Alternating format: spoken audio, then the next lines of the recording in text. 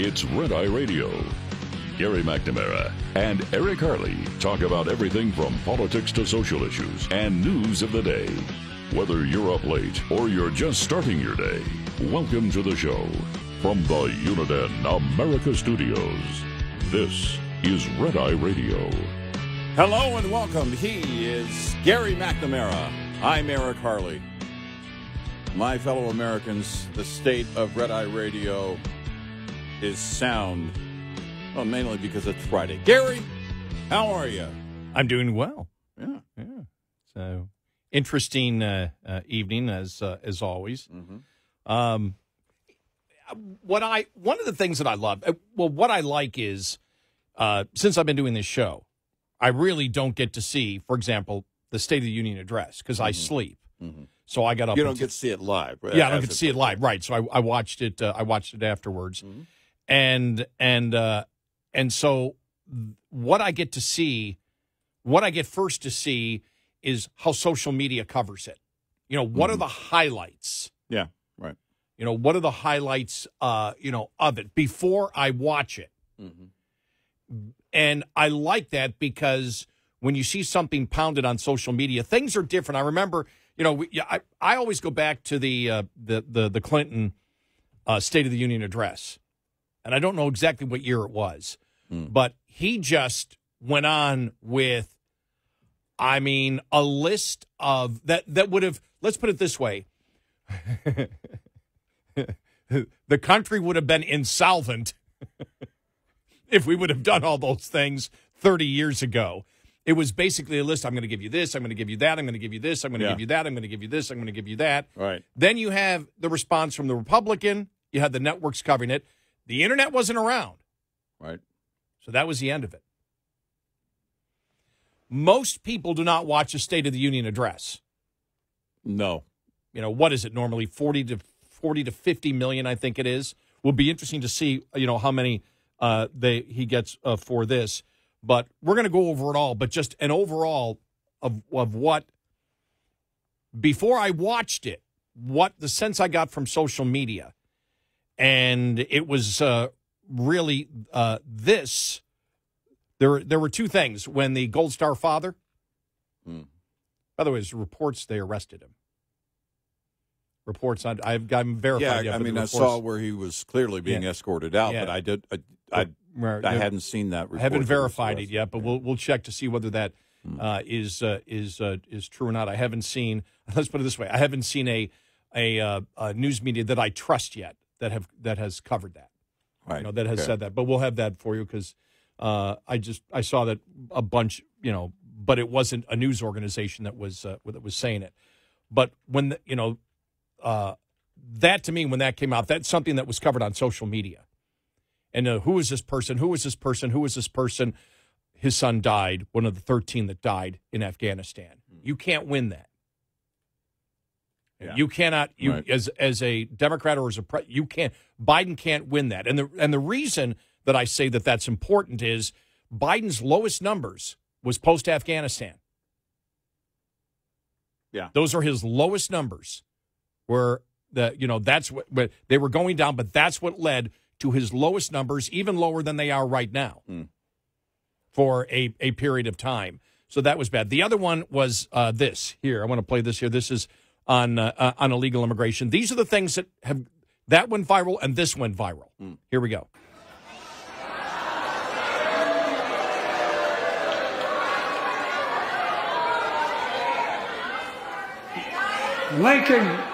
Laken Riley, an innocent young woman who was killed by an illegal.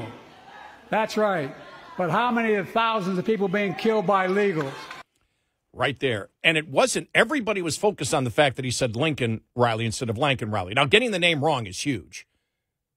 Yeah. Because the headline's going to be out there. But the part that caught my attention, because it's all part of the viral videos that have gone out there. Both are included. Him saying the name wrong, and then at the end where he said, "But how many people are killed by legals?" Yeah. What he did there is what the Democrats are doing. They are justifying, and remember, he said illegal. Yeah. And by the way, Nancy Pelosi was not happy that we'll get to that audio cut, that he said illegal. So he said an illegal is killed, but how many people are killed by legals?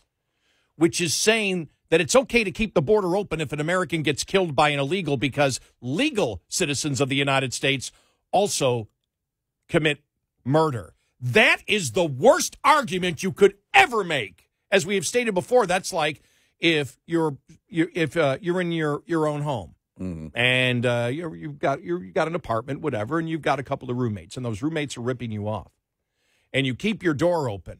Your door's never locked, and so somebody comes in and steals from you, and the justification of your friends is, yeah, but your friends who live with you steal from you, so keep your door open all the time and let everybody else in. I mean, it's just the worst argument, and those are the things that will go viral on it. The other problem that he has, now, he made errors in it, but for the first probably half hour, he's a lot better than what you see. Now, understand, as we said before, the same thing happened last year and the year before because he probably goes over the speech and rehearses it 20, 25 times before he actually gives the speech. They go over it and over it and over it and over it and over it. First thing I saw, was it after with Swalwell? You did great. You're going, yeah, my cognitive abilities, people wish they had my cognitive abilities. Well, now you've just set the new table for when you won't do a debate and when you won't do any interviews because, and so this is the problem with it. Everybody judges Biden not by the normal standard of what you expect, but by the Biden standard. Right. And if he does better, there's this incredible cause for celebration. Well, you and I have covered enough State of the Union addresses. Nobody will be talking about this Monday. This is gone. And just like last year where Biden was able to not have the same imagery as he has that you see every day when he won't ask questions or staring out there because this is something he was able to prepare for.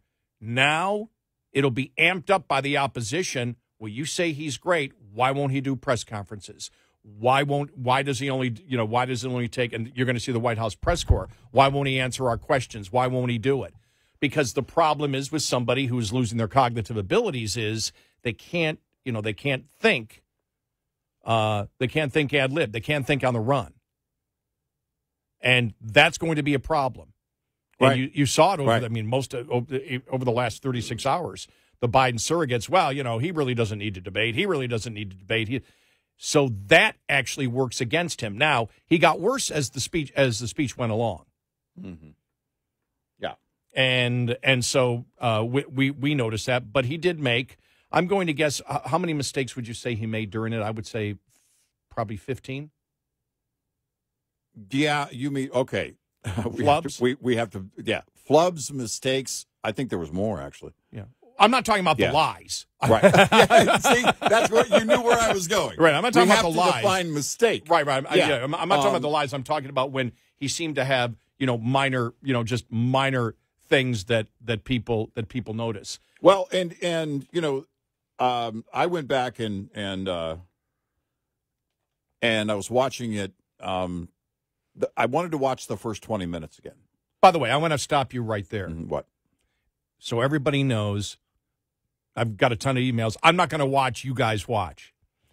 I've only watched once. Eric went back and watched the first 20 minutes. And I watched it the first time. So. He watched it the first time, and then he watched it a second time. You talk about sacrifice.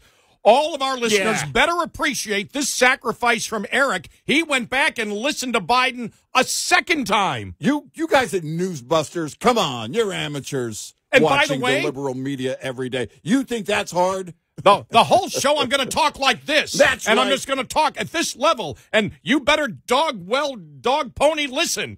That's right. And forget you if you can't handle the truth. See what I did there? I made it family friendly. Yes. Yeah, thank you. Yes. Yeah. No. Yeah, go ahead. So I thought to myself, okay, I want to review the energy again.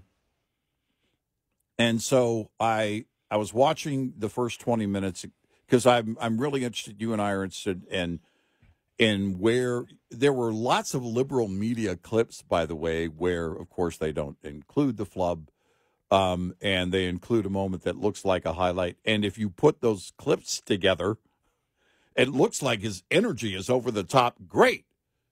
And I thought, no, let me sit back and watch it again, just the first 20 minutes.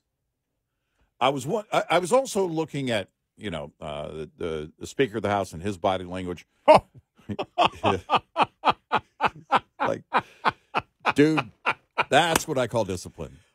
But he did shake his head a couple of times, especially on that's immigration. What I mean. That to me is disciplined. Yeah. Only shaking your head. And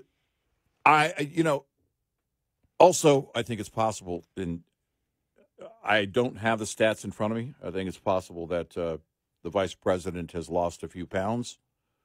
By the way, that's always a healthy thing, but it's also always a thing if you believe you're going to be running for office. I'm just saying. I wanted to see the context of it again, that first 20 minutes, and see where his performance, because I noticed what you noticed. Toward the end, it was, okay, the decline, you could see the decline. He was not able to follow the script. The enunciation was horrible. That's not new, but it is, again, something that also is not improving, right? It happens with age, but it also happens with very serious cognitive issues. We're not doctors, but we see the signs. And millions of us right now are dealing with family members that are going through something very serious when it comes to dementia. And we know those signs, and we've been taught those signs so that we can care for them by professionals in the medical field. In fact, spent a part of my evening arranging for more of that for a couple of different family members. We see it. We know it when we see it. As you mentioned, Monday morning, blah, blah, blah. Oh, the State of the Union. I forgot about the State of the Union. Yeah, blah, blah. Oh, yeah, that's okay. Anyway, and he's going to step out on the campaign trail because he has to again. And he's not going to talk to the media. And the media is getting to where they're like, look, you can't just call Joe Scarborough and the Cookie Monster to be your campaigners. The liberal media, we're wanting to help you get reelected too. Give us our talking points. Talk to us. Give us interviews. And you don't see that happening. What you see tonight is much of it is going to be repeated on the stage in Chicago at the convention, the DNC, this summer. But it will, the advantage he has there is, of course, others speaking far ahead of him. Now, the problem with that is I thought tonight, well, wait a minute. All those speakers are, I'm guessing, not going to have cognitive issues. So you get to Thursday night at the convention, and he comes up on stage, and by comparison to the other speakers that week, we're talking about appealing to his, by the way, we're talking about appealing to his own party, who does not still, the majority, does not want him to be the guy. And I thought, well, my gosh, by comparison, it's going to be bad. All the other speakers, especially prime time at the convention, well, none of them are going to have cognitive issues, enunciation issues, focus issues, like he does. You can't change the very massive things that Biden created that are wrong. You can't do it with words, and you especially can't do it with his words. It doesn't matter if you want to give him a grade A performance. He's far from that, in my opinion. But if you want to say, all right, at least he got through it, and that's your, as you mentioned, that's their standard. That's the Biden standard. Right. All right. Okay. If you want to lower the bar, I mean, it's the same group that's letting kids, pass high school. Just show up. Just show up, and we'll give you a passing grade. So, yeah, this is no different. But But the fact of the matter is, the American people look at it and they see it. Every day they're dealing with the cost of things. I went and I was going to order this fast food burger the other day. And I was like, we're talking about a small burger, by the way, the kid-sized burger. It wasn't going to be my main meal. And I thought, geez, this thing's doubled in price.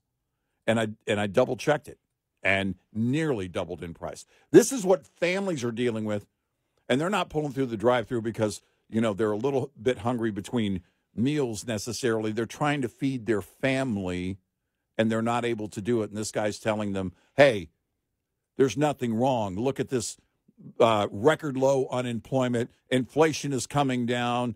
What are you complaining about? Yeah, I mean, because he made it seem like economically the nation's in great shape, and That's not where the public is at all. Yeah, that was another part of it where I went, okay, you're really not going to be able to sell that. You can't win that. But part of the problem is he spent so much time in the beginning about what Americans don't care about that there probably were a lot of turnoffs. I know. Okay, that's a good point. I know Ukraine, and Russia and everything else is an issue. It's not the top issue. No, it's not. That's not the top issue with Americans, as we know. The top issue with the Americans are the border and the economy. Yeah, and adding another member to NATO is a yawner. Yeah, Finland. That doesn't matter at all, and that's what I'm looking. And this is looking at it as a political consultant, right? And trying, my partisanship's always going to be there on the issues, but I look at this and go, all right, how was the actual performance? Is he going to convince independents to vote for him? What I saw was, I really thought some of the, talking about trickle down, all this, it was like, this is a speech from 20 years ago, because it was the talking points from Democrats 20 years ago that really don't relate as much. He got into the whole union thing. People aren't talking unions anymore. No, they're not. It's just not. They're not. When I saw that, I saw a lot of, because one of the things that shocked some of the media was how incredibly partisan it was. Jake Tapper said, first time he's ever seen a State of the Union where the president didn't say something that got both sides to rise up. Great point. 866-90 Red Eye. This report is brought to you by Shell Rotella. With advanced synthetic technology, is designed to help keep your rig running with more mileage and less maintenance. It's not always easy to spring back from the harsh days of winter to warmer months ahead. From de-icing chemicals to hidden debris underneath snow and ice, winter conditions can do serious damage to your truck. Here's a must-do maintenance check to help you minimize downtime and stay rolling. Inspect your brake hoses, linings, and slack adjusters for any wear and tear. Listen for any air leaks that may have resulted from moisture freezing up in the system. Check slack adjusters for proper stroke and lubrication. And check your brake linings or pads to ensure proper thickness. Coming up, more with Gary McNamara and Eric Harley. It's Red Eye Radio.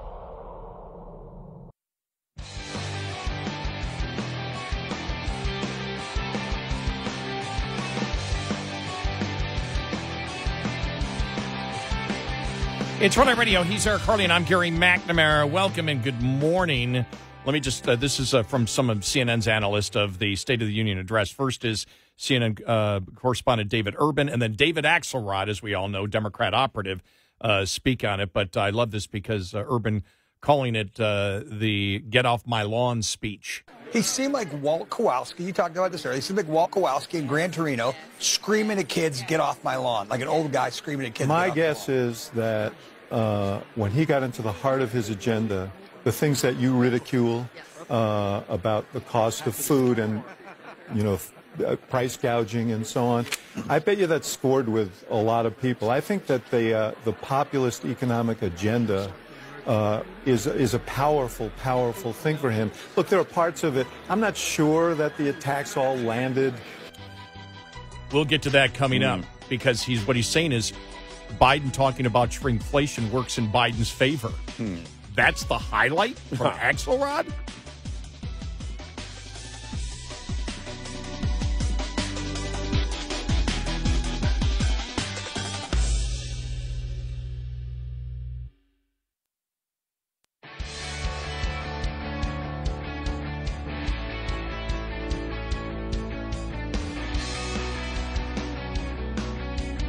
You're listening to Red Eye Radio. from the Uniden America Studios. It's Red Eye Radio. He's Eric Harley, and I'm Gary McNamara. Welcome and good morning. And, you know, before we go any further, I mean, I've covered enough State of the Unions in my life. How many now is it? Wow. Do we need one every year? Oh, way over 50. Yeah. And I thought when Jake Tapper made the point on CNN that this is the first time that he remembers, and I will agree with it, that normally in a State of the Union address, you find something that the entire body, rises up and applauds. Yeah. Didn't happen. Yeah. Now everybody is, on the right is screaming that it was the most partisan speech ever, which is accurate. I don't remember a speech more partisan than this, with the attack 13 times he referred to Trump. He didn't say Trump, but he referred to him 13 times. My predecessor. Right. Blah, that doesn't happen normally in a State of the Union address. Not like this. But I'm not shocked by it. I mean, this whole thing, I can't believe it. Do you know where the Democratic Party is? Did we all just wake up? Everything is partisan politics at this point. He is not going to be able to get an audience like this where he is able to practice something this many times between now and November. Looking at it strictly from a political consultant, not a substance, a speech of substance, I believe he had no choice to make it partisan. But when they started, the 4 more years and all that, and then he is the screaming. I mean, I do like the fact that I hope that sticks from David Urban, that this is the get off my lawn speech. Yeah. Right. Because that was the one thing that people noticed, goes, he's screaming. Yeah. Everything is screaming.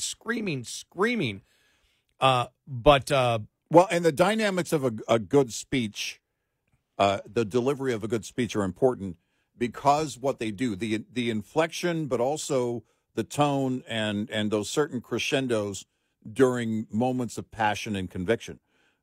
Joe Biden has neither. He has no passion, no conviction whatsoever, period. He's, in this case, that's the problem. I think that was the coaching probably over the last 5 days. It's the coaching coming from his campaign as well. And last night's State of the Union was clearly a campaign speech. But when you can emphasize words, you don't have to shout. You don't have to. You can do it with conviction. You're delivering something. And I noticed a few times when I went back and watched the first 20 minutes again, I noticed that a couple of times he didn't remember to pause. You're pausing because your party's giving you applause, or they're standing up. Then he just kept kind of mumbling, trying to talk over the applause. Yep. Right. Those aesthetics are important because we had audio from Chip Roy, Speaker Johnson, and you pointed out, we said, I think it was yesterday, we played both of them, and you pointed out and you said, look, there was nothing in front of them. They know and I said, this is about conviction. This is about what you believe in, what you're actually trying to get done. And when you are delivering such a speech, especially a State of the Union, you need to, the goal in an election year is to bring people over to your side. In a non-election year, your goal is also to bring people who are, not on your side right now, and I don't mean the opposite party, but independents or somebody in the middle, you bring them in. That's not the primary goal, but one of the goals. You bring them in to gain that support. Even in a non-election year, you need that support, that political support, so that will bring about action from your side on Congress, on things, and put pressure on them to get your agenda done. There is no conviction from Biden. He doesn't have any, and shouting, and it was at a constant level. Well, that's the problem. It was a constant level throughout the entire speech.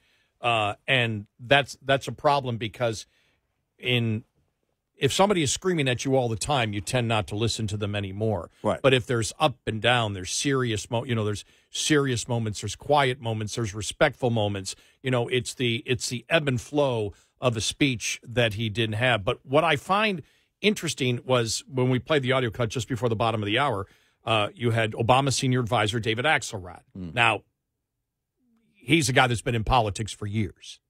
Yeah. But 2 points. The one point where he talked about the fact that, when he hit about basically the cost of food and, the Snickers thing when he goes, and there's not as much Snickers in it anymore. I'm like, shut up. As a political, you sound right. like somebody who's 120 years old. As a political consultant looking at that, I view that as being damaging because he's trying to bring up the fact that corporate greed is a reason for inflation by calling it shrinkflation. We've been over this, and we knew he was going to do it in the State of the Union address. And so when Axelrod said that that's the highlight because Americans are upset about high prices or getting the same or getting less in a package for the same amount, and that hit with voters. Well, how does that hit with voters? Are there voters out there? Are there independents out there that are actually looking at this and saying, doggone it, the president and the spending is why we have inflation, but shrinkflation is corporate greed? Right. Can Americans figure out that it's the same thing, inflation? Yes. And so I thought the fact that Axelrod viewed that as the highlight was bizarre. And then he went on right after that to say, but I don't think that this registered with independents. That it did, that's from Axelrod. I thought that was huge because that's what you look at. The partisans are all over the place. The first thing I saw when I woke up, because I slept great. I woke up right at 10 o'clock, and so the speech was over. And the first thing I saw was Joe Scarborough, like, this is the best speech ever for entire mankind, or whatever. I mean, I'm paraphrasing. I was like, see, I told you, this is the best Biden ever. And it's like, wow. And so that is a huge problem. But when I say that that his only choice, because he had such a big audience, was to make it a partisan speech, that is how he should have gone. And people say, well, but he did make it a partisan speech. But he made it a partisan speech that only related to his base. Right. That's the problem. Yeah. If you're going to make it a partisan speech, you've got to somehow grab independence. And what are independents worried about? Look, I'm not saying that Ukraine and Russia isn't a big deal, but that's not the point. The point is in a political speech, which he gave. It was not what we view before as a State of the Union address. It's a campaign speech. Yeah, it was a campaign speech that he would make at the DNC. Yeah. But the fact is, are you pulling the people that have moved away from you? Is there any new argument that you're making that's going to pull them in? Yeah, that earlier point. Right. Because if during an election year, you want that, you certainly want that. If you see the erosion. If you don't see it, your campaign sees it. And there's no way that you can look at the numbers right now and say, oh, everything's great. And this is the problem. Coming in and saying, trying to say, because the walkaway that I had, the takeaway, that Eric has 5 takeaways, why it matters. The takeaway that I have is that you're telling, once again, you're trying to tell the American people something that's happening that isn't happening in their life. You're talking, you might as well be on another planet when you say things are fine, things are great. And I know that's a part of the State of the Union, except for if you're campaigning, what you do is you make the brunt of it about this is what we need the next 4 years for. By the way, the chant came about. You heard the Democrats chanting 4 more years. Yeah. They wanted to override the expletives that Marjorie Taylor Greene was shouting at the time. The problem... Well, to get to that very quickly, because when I initially woke up, I said, oh, okay, there's Marjorie Taylor Greene. I'm like, oh, man, I hope Republicans didn't, interrupt him throughout it. And that was a long way into the speech when that happened. Yeah, it was. But actually, her saying that at that point, and then what happened afterwards, nobody is talking about Marjorie Taylor Greene interrupting the president. That's not the discussion. The discussion is the president got the name, Laken Riley's name wrong to make that point, because that was even beforehand. They were, when Marjorie Taylor Greene saying, you got to say the name, you got to say the name. And that was a big thing they were talking about. So Biden says the name and gets it wrong. So even though overall, because I'm sure they practiced the speech a dozen times, maybe 20 times over the past, week, going over it and over it and over it and over it. So it's something that he was familiar with. It's not where he has the problems, which is trying to think ad lib. Right. He can't ad lib. And well, his passion doesn't lead. His conviction doesn't lead, as we said earlier. But when he said her name wrong and then went on to make the point that I believe Republicans will focus on more, that she was killed by an illegal, which, by the way, set the left off. They're furious about the fact that he said illegal and not undocumented or migrant or whatever the term is that they. What's the new term? What's the term that the White House used last week? I forgot what it was. What was it? Hold on a second. It was completely. I'm stuck in temporarily displaced traveler from years ago. Yeah, I know. It was bizarre, the new name that they came up with. Yeah, we'll think about it. But when and so for him to say illegal and then say but because the but means I'm going to justify the murder. Right. But how many people are killed by legals? To make that statement that illegal immigration is okay, and you justify it by stating that, well, other murders happen in the country, is not going to fly with the with the American people. Well, remember one of the lies about Trump was that he was saying that everyone who comes here is a murderer and rapist and blah blah blah. He was saying, actually, if you go back to the quote, and I'm not quoting here, but he was saying they're sending us their worst in that group of people that are coming here. That was the context of that. And, of course, they lied about that and said, he's saying all of them are. He never said all of them. Well, tonight, what do you have from Biden? Oh, come on. Americans commit murder. What's your problem, Jack? That's a slap in the face to Laken Riley's family, to the families that have been victimized over and over again because we have an open border. But that's the problem. It was a partisan speech, but it was a partisan speech to his base. It wasn't a partisan speech in an attempt to attract independents. But I don't know how you do that, because we've talked about it, and we'll get into the lies about it. But the one thing about this is we wake up and we talk about it, and nobody will be talking about it Monday. Right. But it's so hyper partisan on social media that it was great, it sucked, great, sucked, great, sucked, great. I mean, it's just like, oh, okay, but it's not the be all end all, because it's gone by Monday. It may be gone by the weekend. Sunday morning news shows will cover it, and then they'll move on. But when you have somebody like David Axelrod that said what he said, there's a problem. It's a problem. I don't think he really convinced independents. In the speech, he criticized Trump for not caring, saying something like the president's number one job is to care. Tell that to Laken Riley's family. Yep. 866-90 Red Eye. Lines open for your calls. 866-90 Red Eye on Red Eye Radio.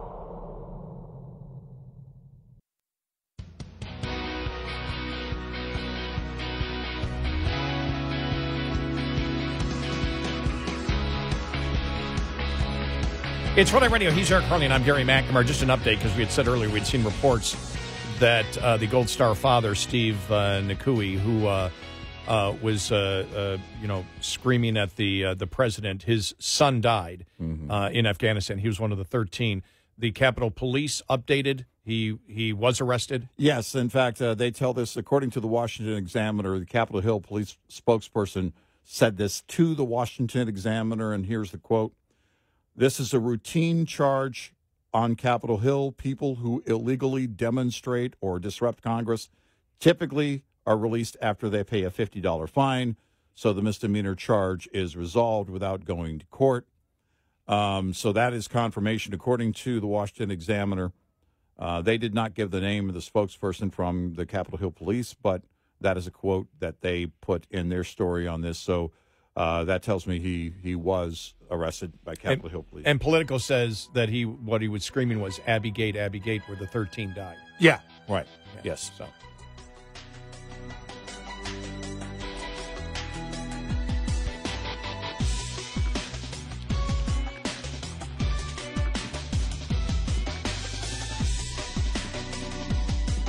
Top of the Hour News is brought to you by House Products. Visit houseproducts.com. This is Red Eye Radio on Westwood One.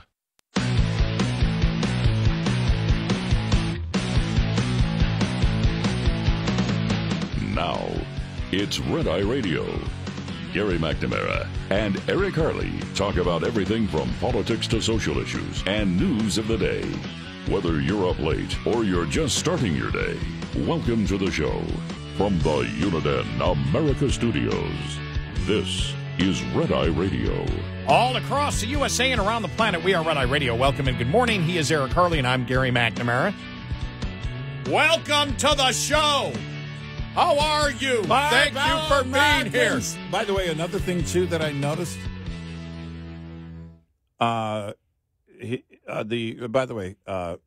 hey, folks, welcome, and we hope it's going well for you. He's Eric, I'm Gary. It's Friday now, yeah, and, we're making our way toward the weekend, and we hope it's going to be a good weekend for you and yours. We're the station that cares. State of the Union speech, I noticed also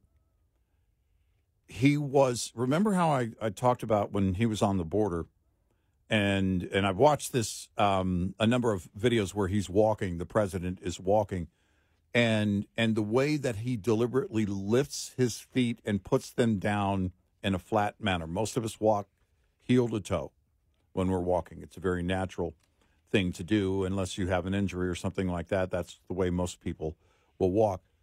He walks, and it's almost robotic. The feet are, and I'm doing the motions for Gary. Sorry, folks, we don't have cameras in here. But basically, he lifts the foot deliberately and sets it down flat. If you'll watch him, when they show his feet, you'll see that. There's also shuffling at times. That's also a concern.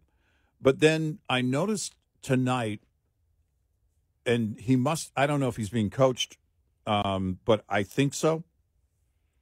Because what helps with enunciation is now I'm sounding like Forrest Gump, when you open your jaw more. Yes. And you're doing this, and you're, all of us professional broadcasters know how to do it best. No.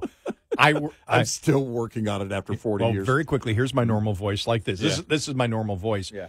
If I try to enunciate that, You sound like Forrest Gump. I work with a guy who did that. Yeah. He talked like this and enunciated and drives me crazy. I couldn't look at him because it's hard. His jaw was moving, his mouth and jaw were moving, to such a huge range where it was almost, I was like, are you in pain when you talk? Yeah.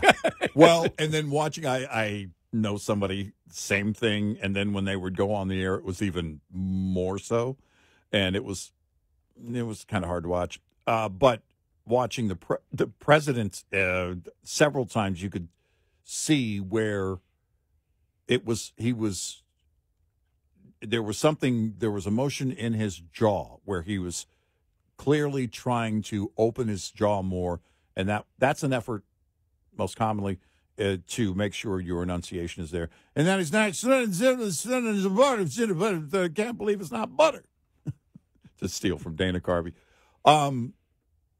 That's something, those are things that you look at. So the voice and the shouting, was it an SNL bit? They had a character that couldn't control their voice modulation. I can't control my voice. And it was like, okay. Yeah. This is exactly what that is. And so the point being, you combine the whole thing that I've noticed with walking, the thing with his jaw and how it applies to enunciation, and then that tone of for, better part of an hour, however long it was. How long was it? What was it? I don't know. Time? I don't know. I don't know either. I didn't even check. Too long. Somebody said 67 minutes. But okay, I thought so. I saw over an hour, yeah. Okay, so, you've got all of those elements. Too long. Yeah, exactly. It's not just about coaching. All presidents go through the coaching, and you do, as you mentioned earlier, you're going to rehearse it probably a couple of dozen times in the days leading up to it. Well, also, you're doing certain things to fake the energy level. And that's one of the things you can do, is that not just sometimes it's his defiance coming through, depending on where it was. But last night, it appears that it is about the coaching that basically has it. Let's get the energy level. Well, shouting does not demonstrate that you've got great energy or that your cognitive focus is in play or in check. It reeks of training. It reeks of coaching, and that's a problem. Well, look, let me play it here. I want to play. This is John King from CNN, not a Republican. Yeah. But here's some of his comments. This is the 36th of these for me, State of the Unions or presidential addresses at the beginning, first one being 1989. Never heard one so political. Never heard one that is such a campaign speech. And that's true. As you said, it was the most partisan State of the Union I've ever seen. And he's been, John King apparently is a lot younger than me because he says 89 is the first one. Well, I go all the way back. Well, I'm trying to think. Nixon would be the first that I remember. And a State of the Union. I mean, I remember Johnson. I remember Kennedy. I'm that old, but I don't remember a State of the Union. I remember other things, but I don't remember State of the Union for them. Right. But I do remember Nixon. But this was by far the most. And we said, but as David Axelrod said, Obama advisor, lifelong you can't get more Democrat than Axelrod. Right. And Axelrod said to him the highlight was him talking like a populist on shrinkflation. It's like, yeah, but people blame him for that. Right. And again, they're trying to do this bait and switch where inflation is one thing and shrinkflation is corporate greed. Right. And it's like you're just bringing to people that inflation's a problem, and they've already blamed you for that, but it's where he said he doesn't believe he's going to be able to convince independents. I think that the administration believes they reached their goal, and their goal, because of the problem with Biden and his low numbers, is to get his own base to stop saying he needs to drop out. And so by screaming like that, he's appealing actually to the far left that all they do is scream. Mm-hmm. Mm-hmm. And so I believe that the screaming, is what they want to hear from him.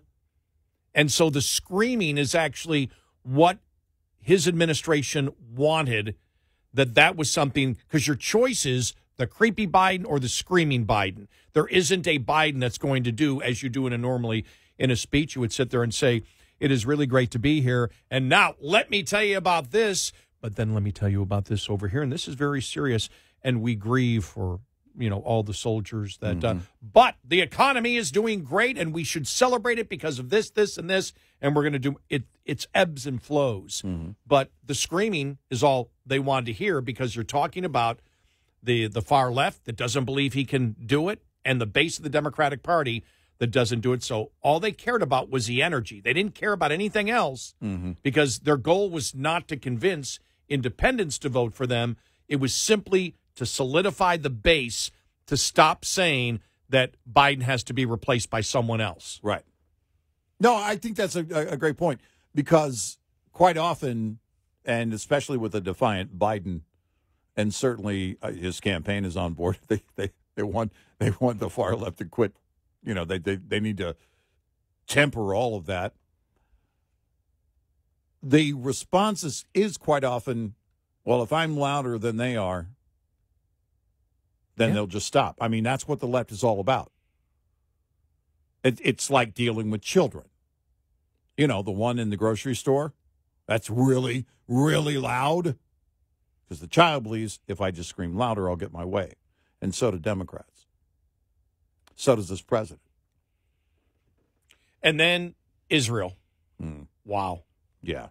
Seriously. Most anti-Israel speech. What a slap in the face. I've ever seen. He used Hamas's numbers for innocent killed. Of course. That is being debated by everybody in the West as not being accurate. He used Hamas. Think about this. A president of the United States using a terrorist group's casualty numbers to make a point to the American public. Absolutely reprehensible. And I thought to myself when they announced that yesterday morning, putting a port there in Gaza, I thought, to bring in aid, I thought, oh, okay, they're going to just ramp up. They're going to expedite the money they're giving to Hamas. Yeah. Not only are they going to keep allowing Iran, helping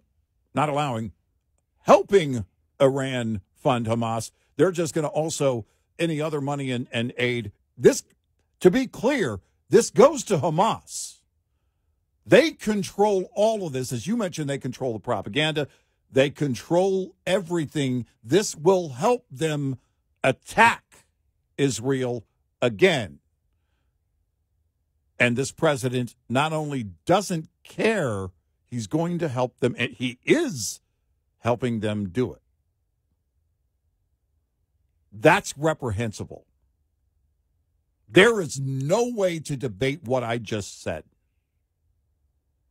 Because if you believe the money going to Gaza, the aid humanitarian effort, is going to the innocent people there that are not part of Hamas, then you are delusional or completely misinformed. Now, we told you this was going to happen. We told you. There was no other direction it was going to go. That he's trying to play both sides, and you can't play both sides, and that's what he's trying to do. He's trying to play both sides here, trying to say, well, Israel's this, but then we need to look at the other side. Well, you don't need to look at the other side, and it's reprehensible that Biden is doing that, but it's expected. It's just like the shock you saw on social media. Most partisan, of course, it was. Yeah. It's the only thing it could ever be. Right. And like I said, this sticks around for a couple of days and then it's gone. Remember, last year the president did the same thing. He's able to do a State of the Union address when he's able to go over it over and over again, where you can see his cognitive decline is the fact that he can't answer questions. He can't do anything on the fly. Right. And that's going to start. That'll start up again because now you may get some cockiness. We can put him out there more. When you put him out there more, it's going to be disaster. And you saw what happened after last year's State of the Union address. Has since that point, did that have any bump over the last year of people believing that his cognitive abilities were any better? No. Because it's going to be every single day you're going to see him out there. And remember, people are responding to social media more than ever before. Well, that's the thing is that when you look at it, what I've noticed too is that in the shorts, I don't have TikTok, but the shorts on YouTube is what I see, or occasionally something the reels on Instagram, but more so the shorts on YouTube quite often make solid points against the liberals, which is very interesting that YouTube allows that. But it's owned by Google. But that's what you often see, and that's what you and I and our audience, we rely on many other things and elements to keep us informed. We do our own homework. But we're talking about the average American person who will be on social media and they'll see things, and if those things come up in their feed, if those little shorts and points that are made come up in their feed, that's something that's going to influence them on top of all the images out there on social media, on X or anywhere else. It is not good. One contrived speech that most people don't watch is not going to change the reality that people see every day, repeated over and over again, both with the facts on inflation and the border and geopolitical items and this president's cognitive decline. You're not going to convince them with a contrived speech. Now, for the Republicans' response, I only have one complaint. I did, since some people say, well, Republican woman in the kitchen. It's funny because I looked at it and go, okay, it's like she's doing it from home. Right. That's all I thought. I mean, yeah, and it's like, Republicans want to put a woman. Well, no, she's a senator. That wasn't my. I think she did a good job. The Republicans wanted a younger woman. Yeah, as the image, of the image that they wish to portray, which I understand. My problem with Senator Britt is she has some of the same movements, and her face looks a little bit like Jen Psaki's. When I saw her, I go, is that Jen Psaki's sister? When I first yeah. Wall Street Journal breaking down why Senator Britt was chosen. She's half the age of Biden, and I think they said the youngest serving senator right now, but also a female because they knew that abortion was going to be part of it. Reproductive freedom. Wasn't it interesting? Wow. If you're for abortion now, you wear white. Did you notice that one? Yeah. My God. Yeah. 866-90-RED-EYE. Brought to you by FPPF, Fuel Power Max. Independents with carrier authority should be mindful that negotiation strength varies as the week progresses. Typically, the highest rates across major segments are paid for loads negotiated on Sundays, and the highest volume of loads for all segments is seen on Mondays. Also, the weekday that tends to be the best for flatbed negotiations, yielding the best rates. Owner-operators tend to have less negotiation strength on Tuesday, which shows the lowest weekday spread between brokers' offered rates and actual paid rates. Broker offers tend to rise by Wednesday as the end of the week is in sight. This day also seems optimal for the 3 o'clock hustle, so-called for its reliance on that afternoon time of day, when brokers are getting nervous, to improve negotiation strength. Stay mindful of this system to maximize your revenue. Owner-Operator Business 101 is provided by Overdrive's Partners in Business program. Go to overdriveonline.com to the Partners in Business section of the website for more details on this and many other topics. Brought to you by Shell Rotella, with advanced synthetic technology is designed to help keep your rig running with more mileage and less maintenance. Get in touch with Red Eye Radio, toll free at 866-90-RED-EYE.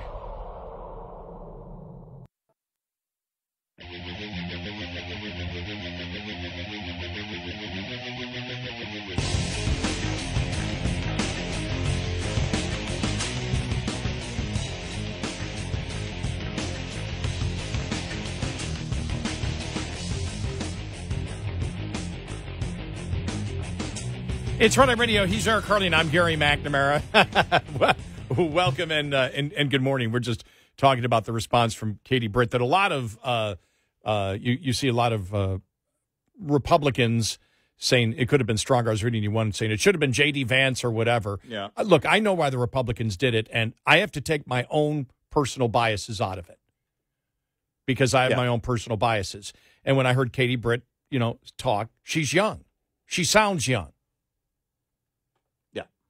And so in the way that she talked, I will tell you this: at times, in my mind when I saw her speaking, it was almost reversed because it was almost as if the president. I looked at him and said, "Okay, if he was a bombastic Republican saying it, the Democrats would have responded with somebody like Katie Britt." Yeah, right. But the image of her being. Again, she looks very young, and she sounds extremely young. Mm-hmm. They're not messaging to me or you. No. That wasn't and again, this is going to be forgotten, but for that moment, because I look at it, and when I look, for example, at Mike Johnson, Mike Johnson, the way he explains things is the way that I want things explained from Republicans. Right. To me. The clarity that he speaks in, And I don't mean the enunciation. No, I'm just kidding. We just go back. But he relates much more to me. There are other people that relate better to me image-wise, plus the substance, than somebody who was just much younger. Those probably are my biases. When I look at it, I go, okay, she's really young. She's not talking to me. Right. The whole goal was to go after young. You start chipping away. You have the imagery of young women. Mm-hmm. And so even though I don't believe that she was the best to convert the converted, right? That's not who you're not attempting to convert the converted. Suburban women being in the kitchen, being in a home that looks like probably any given suburban home. Suburban women, especially too, not just younger, but suburban women.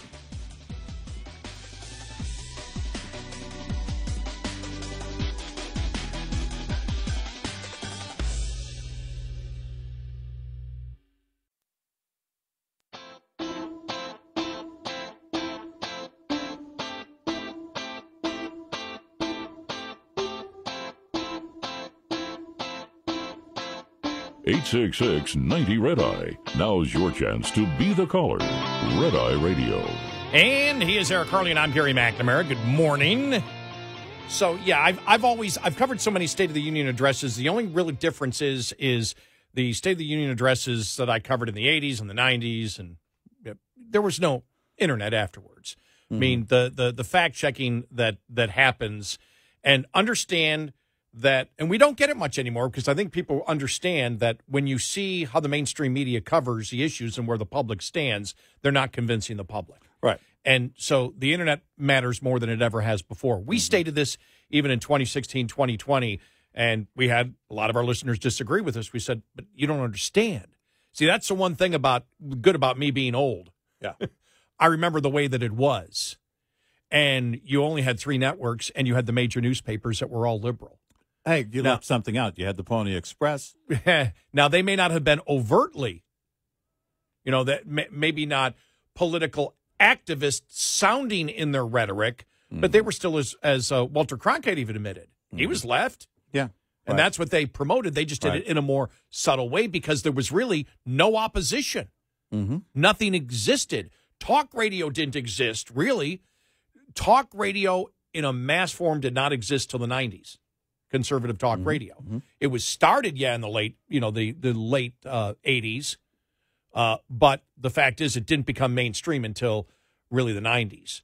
And so they were in complete power. You don't have the same thing anymore. And so that's why I think it's important not, to see what went viral in it. And what went viral in it was the Gold Star father, who was screaming at Biden. And every single media outlet paid attention to that, and then the probably a little bit on Israel, even though that was at the end of the speech, but it'll still be brought up by Republicans saying, "See, he doesn't support Israel." Right. And then the Laken Riley. Yeah. Right. First because that's the whole thing of the whole dare, because that's how it's going to be portrayed. She dared him to say it, and when he said it, he used the wrong name. But then, as we believe, even more importantly, which added to that blunder, was the calculation of, and this was not ad lib, this is what the Democrats believe, illegal immigrants murdering Americans is justified because Americans commit murder. Right. Because that's what he said. Right. Yeah, she was killed by an illegal, which the left hated because he uses the term illegal. But look how many, people are killed by legals. Yeah. Whoa. Yeah.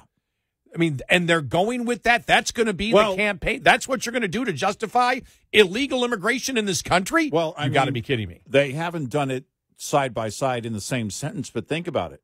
After 9/11, you have liberal departments of justice saying, well, domestic terrorism is the problem. That's like saying, well, yeah, Mohammed Atta and the other hijackers, but we also have domestic terrorists. I mean, this goes beyond a lack of self-awareness. I don't know who in the world. They're sitting around writing this speech, and it's not the first time they make this point on the left. There is an entire group of people saying that's the tactic we use. Yeah, but Americans also murder. Oh my gosh. They think it wins. I don't know why. I don't know who in that room said, "Oh man, that's gonna help." And the thing was, that's the one time, because he was responding to her, and the one time he responds to her is, "I don't believe that probably was in the speech." Which one? What? Where it did not say in the speech on the teleprompter, number one, it didn't come up that she was killed by an illegal. I guarantee that wasn't in the speech. And then the word illegal? The word illegal. Oh, interesting. You think the White House would put that in a speech? I don't think speech so. writers? And so that was the moment when he would ad lib, and then his response, but look how many people are killed by legals. Right. That was, to me, I believe that was Joe Biden. I'll look to see. You believe both points, the word illegal and also the follow-up to that. Legal, we're not in the speech. We're not in the speech. Yeah, that's throwing him off, which is the danger signal for Democrats is in a debate. These are the kinds of things he'll just blurt out. And it's not the first time we've heard this argument.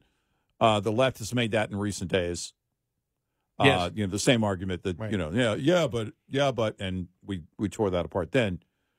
And if that's Biden going off script, that's an even bigger problem for Democrats. Wow.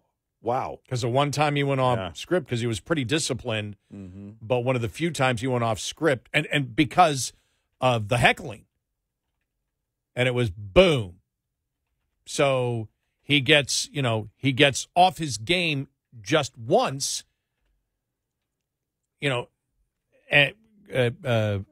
calls her Laken Riley, not Laken Riley.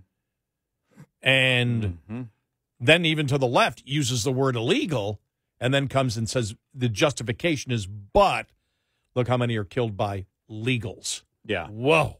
You're not going to win that. That, to me, was the worst moment of it. And I was amazed how many people didn't pick up on that. A lot of people thought that when he said legal, he said illegal. But if you listen closely, he says legals. Because it doesn't make sense any other way. If he's not going to sit there and say, she was killed by an illegals, but look how many people are murdered by illegals. That wouldn't make any sense. He said legal. I'm like, whoa. The other thing, we can go through the obvious lies that the bipartisan border bill was the toughest set of border security reforms we've ever seen. No, it's not. No. The current law is stronger than this law. The problem that we had is it weakened the current federal law on illegal immigration. Yeah, right. And so that's what we were against.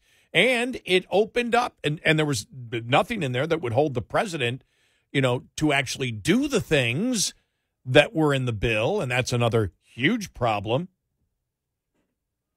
And so, when he said that one, I just wow, the toughest set of border security reforms we've ever seen. Well, no, it actually weakened the law. And then, here's what's interesting, by the way, to your point. Go ahead. Here's what's interesting. Because you and I will often, after a speech is given or an appearance is made or something, we'll find the transcript. From Wall Street Journal. One of the two sources I just checked while you were talking. I bookmarked it earlier, full text of Biden's 2024 State of the Union.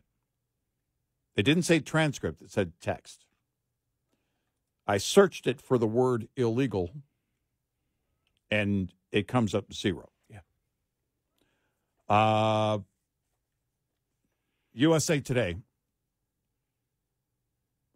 same thing. 0. Now, often if you're searching for a certain word, if it's not within a certain scope, depending on how long the document is or whatever, it may not pick it up until you get closer to the point of the appearance of that word, just to be, I'm not saying it's not in there, I guess, is the thing, is that so far the search is showing 0 times it appears in 2 different sources. I'll keep looking. Well, because often if it was in the speech, that person's getting fired. They were the moment he said it, probably. Which it happened during rehearsal, so they would have fired them and they would have taken the word out. Right, exactly. No, I think you're absolutely spot on here. And when they put at Wall Street Journal text, let me see how they're not saying transcript. Transcript is what he actually said. Text is, because the media, if those that may not know, there is an advanced text that's sent out of the speech itself to the media. So then, in this case, the liberal media, any of the media can say, okay, here's what he's going to talk about, blah, blah, blah, blah, blah. But that happens the day of, usually. And so when they write text, okay, and same thing, USA Today, it's the text. It's not. That tells me that was the advance, which tells me it was not written in the speech. Because if it were transcript means what he actually said. Text means here's the text of the speech as it was written. Yeah, he was thrown off. Ooh. Wow. And that's the problem. That was the worst moment because that was bad. I mean, that's the thing. Yeah. Those are the things when you do a speech today. When you do anything today, the thing that you attempt to do is not to let something that is a negative go viral. Right. That's your goal. Because as a politician, something as simple as that will destroy you. Now, you have certain things that happen that when something like illegal immigration and what's going on at the border, when you have you can have a ton of people that are affected and harmed by it, but if it's the masses being harmed by it, it's amazing how that doesn't come to the forefront. But if you can take that problem and put a face on it, everything changes. Yeah. At that point. Yep. No, it does. And that's what happened in this case. So, and the Republicans are saying he won't even say your name. He won't even say your name. Well, of course he's not going to say your name. He doesn't want to discuss this. But when she did it, that's where you saw the Biden that has cognitive problems and anger come forth. And it's that's what you saw. Well, and then gets it wrong. Laken Riley killed by an illegal, drove the left nuts. But how many people are killed by legals? Just horrible. Yeah, horrible. If you're a Democrat looking at it, here's what's interesting. Oh man, here's coverage of this comment from the Associated Press. Not a conservative media, but they're kind of all over the place on this. Biden says her name, Laken Riley. No, he didn't. He said Lincoln Riley. This is the headline, at urging of GOP Representative Marjorie Taylor Greene. Ooh, that's got a sting for liberals. AP's writing it, that he did it in direct response and at the urging of Marjorie Taylor Greene. But then in the quote, he held up the button, the White House, the white button, and said Laken Riley. Did I miss something? Did he correct himself after saying Lincoln? No, because that's not a quote. They don't have it in quotes. They have it in quote. That's not the accurate quote. No, by the way, and the only thing they have in quotes is Laken Riley, which, again, is not correct. But trying to see, I'm going to search this article for the word illegal.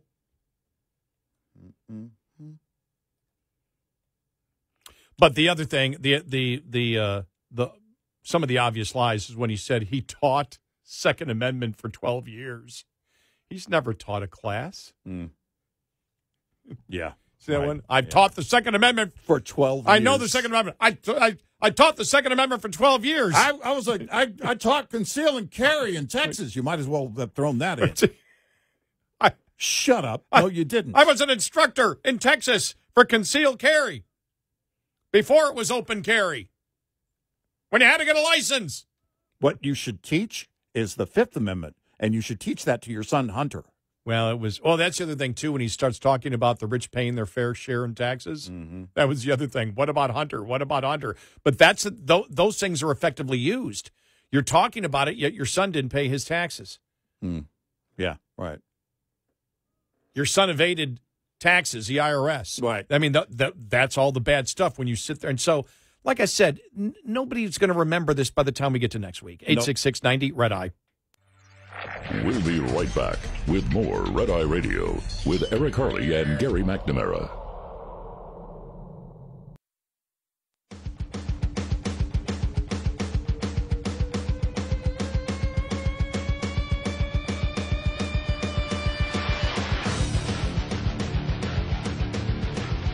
It's Red Eye Radio. He's Eric Harley, and I'm Gary McNamara. Plus, all of his deficit and debt numbers were a lie.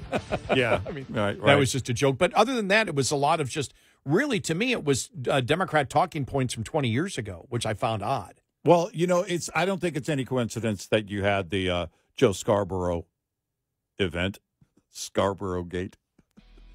I don't think it's any coincidence that you had that, a day before. A day or two before that, the State of the Union. The effort now is to prove that, look, he can stand up on his own. He can talk. And it's really not going well. You're not going to win this with the American people.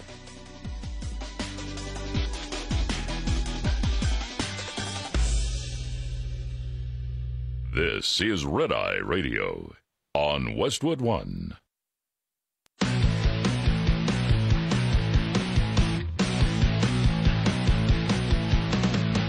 Now, it's Red Eye Radio. Gary McNamara and Eric Harley talk about everything from politics to social issues and news of the day. Whether you're up late or you're just starting your day, welcome to the show. From the Uniden America Studios, this is Red Eye Radio. All across America and around the planet, we are Red Eye Radio. He is Eric Harley, and I'm Gary McNamara. Also, the other problem yesterday, which and another thing actually didn't relate, and another thing Friday that did relate to the State of the Union address is the House passed the Laken Riley Act. Yeah. So you can tie that all in together, which would require ICE to detain migrants arrested for theft. Right. Pretty simple. 170 Democrats voted against it. I mean, that's a sledgehammer that you can use against the president and the Democratic Party, saying the president isn't serious, the Democrats aren't serious. We all know that. Remember, the president was trying to, the whole thing of the bipartisan bill and everything else. It didn't work. Nope. It didn't work after it happened, when people said, well, oh my God, what it does is you're loosening current immigration law that the president won't abide by. So the other thing is they decided not to use, because remember, this was a trial balloon. They wanted the president to come out there and do an executive order. Yeah. To stop and announce it. We're going to do an executive order. I'm going to stop what's going on the border because the Republicans won't act. And number one, he can't do that with his base. Number two, the charge would be you're just proved you could have done it all along, and you put the country through hell. Now, they put the trial balloon on it, and they decided not to do it. And so nothing's going to stop. And that's the thing about the State of the Union address. For a day, 2 days, we spend way too much time talking about the influence of it. Could Biden get a bump for a couple of days or a week? Yeah. Maybe. That'll be gone. Maybe. But you know what, people, it happens on a Thursday night. You know what the average American is thinking about on Friday? The fact that it's Friday. Beer? There you go. I know it's simple, but who said it the other day? I saw it somewhere on social media. the whole Bud Light thing. And it was about Bud Light sales. I mean, apparently, even though Kid Rock said he's back to drinking Bud Light, and Trump asked the question, should we give them a second chance? Well, it doesn't seem like anybody's really paying attention to either of those comments. No. Because they're still losing money. They're down even from last year. But someone made the great point. They said, it's beer. And I when I heard this, I said, that could have been an Al Bundy line, because Al Bundy, that character, gave one of the best populist speeches ever. Oh, you just go into YouTube and put Al Bundy beer speech. It's the greatest populist speech ever. Now it's against the beer tax, but the populism is just, I mean, it's just great. And you want to make me laugh? You play that, because it's just a great. And then at the end he goes, "Read my lips, don't tax beer," because there's like a penny a beer tax or whatever. Right. And it passed, and then they decided, after Al gave the speech, and the final words of the speech were, "Let's pillage," and they create a riot, and then they reverse the beer tax. And it goes, that's funny. Americans don't respond to voting. I'm paraphrasing here, only insane Tom and Jerry violence. Yeah. So let's pillage. Right. But it was like, people drink beer so they don't have to discuss any of the issues. Yeah. That's why you drink beer. You drink beer to get away from the insane politics out there. The last product you would ever attach to politics is beer. Yeah. I guess you could throw in pot, too, right? I mean, now that it's legal in so many states. What are you, a cop? So... Oh, God, he's great. Martin Mull. Oh, he's great. 2.5 Men. Oh, man, what a... Just brilliant casting. No one could have done that character like he did. I agree. No one. You could have delivered the lines. Martin Mull has this thing. It's just a thing. I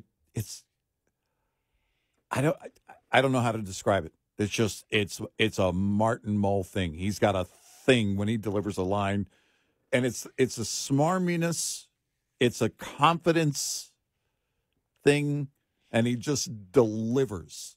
Just hilarious. And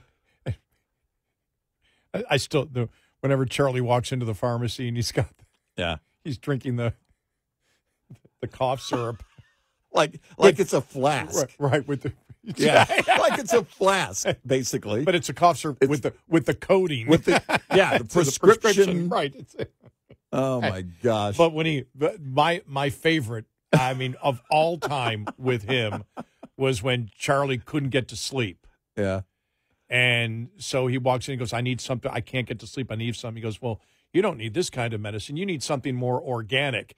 And he pulls out, a baggie of weed. Yeah, right. And he goes, well, that's weed. He goes, I haven't done that since a concert, whatever, in 90, whatever. Right. And he sits there and he goes, well, let me get your prescription. And so he sits there and he dials up some guy, and it's some. Oh, yeah. The Indian doctor. Right. And right. the Indian doctor, okay.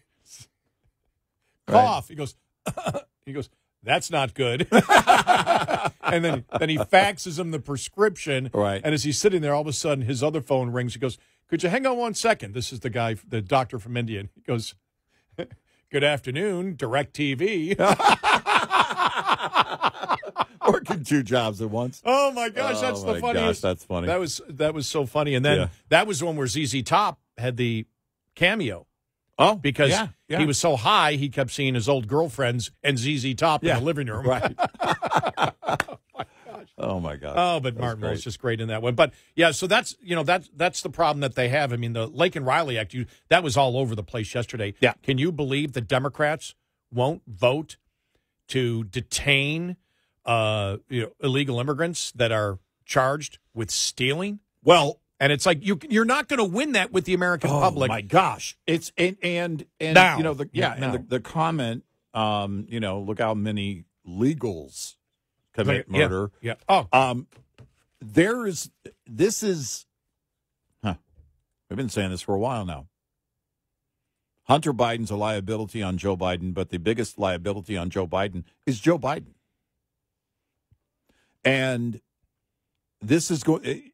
If this thing has legs, if this State of the Union has any legs beyond a day or two, it's going to be that. It's going to be the Laken Riley bill, but also paired with his comments off script. And if you can take that and say, sorry, he went off script, this is what he believes. That is what he believes. That's his thought added to what the speechwriters put in. This is who he really is. This is how he thinks. It's going to be a problem. You're not going to win over this thing of this fake energy because you're shouting. I can shout while I'm laying down.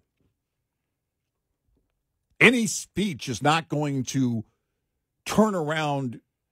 All of a sudden, tomorrow morning, Americans are going to go shopping before work, grab some groceries for the weekend, and, oh, wow, look, inflation is completely gone.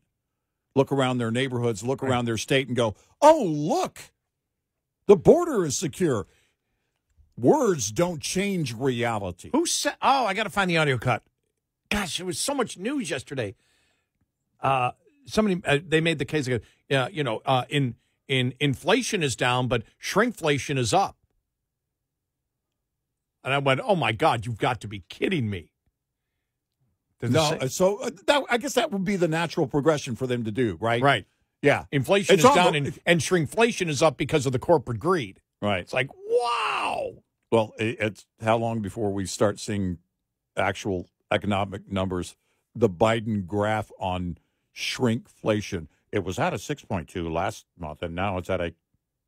I mean, I know there's data on the average. You're getting less than this and less than the American people see it for what it is, and they also understand. Are they happy about it? No. Is it a good thing? No. Do some of them blame corporations? Yep. But the bigger blame goes squarely on the shoulders of Joe Biden. Well, I mean, and his party. Well, you saw it yesterday. I mean, we've talked about one of the biggest, I think the biggest pieces of BS that the Democrats have been successful with over the years is corporate taxes, and you saw the president bring it up again yesterday. Corporations need to pay their fair share. As we said, if you're talking about the lower middle class or the poor, they should be, and the Republicans should be going after them and saying, don't you understand this is a stealth tax on you? Right. You know, the reason, and this very easy thing to explain, and because everybody understands it. Mm-hmm. Where do companies get their money? From you. Mm-hmm. So if you raise the cost, you've seen what happened. This is so easy. You see what happens in every single time there's an increase of cost of a barrel of oil. You see it. You're going to be charged for it. Why? Because corporations, you call it whatever you want. You can call it greed. It's simply they're trying to maintain the same profit margin or always increase their profit margin because that's what they're in business to do. So the reality is if you charge them more, they're going to pass the cost on to you. Mm-hmm. So with the president calling for more corporate taxes, that means corporate taxes are a stealth tax that hurt the poor and the lower middle class the most. You can convince people of that. It's very easy because what's the fair? You're not asking what the fair share is for companies. What you're asking is what's the fair share stealth tax on the poor and the lower middle class? Mm-hmm. That's what the actual question is. This isn't hard to do. And now that this is over, this is the last time that you're going to have any Democrat get the monopoly that the president got last night. It's done. Nobody will be talking about it Monday. We're back to it. Yep. And now the thing is Republicans can win and Trump can win if they focus. If they don't focus, they can lose. Yeah.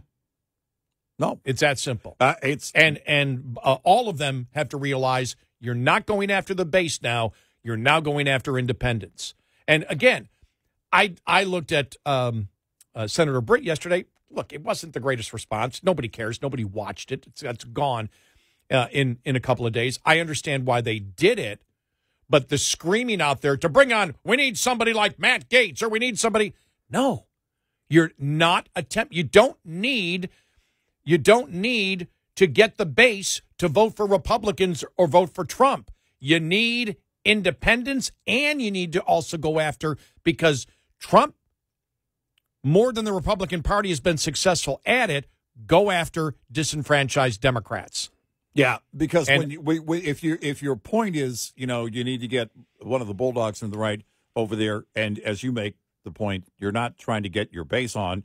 Because if you say that, you're implying that what you saw tonight for Biden was an effective rally. It was a campaign speech. Yes. And they did shout, the Democrats, 4 more years. All of that was contrived. Why? The entire thing was contrived. It was because the majority of their own party, rank and file, don't want him to run again. Right. So the right doesn't have that problem in terms of, needing a bulldog to come on and do their own rally. No, you need to appeal to the independent right now through November 5th and beyond to get the all of that political influence and pressure on Capitol Hill to work with Trump if he becomes president again.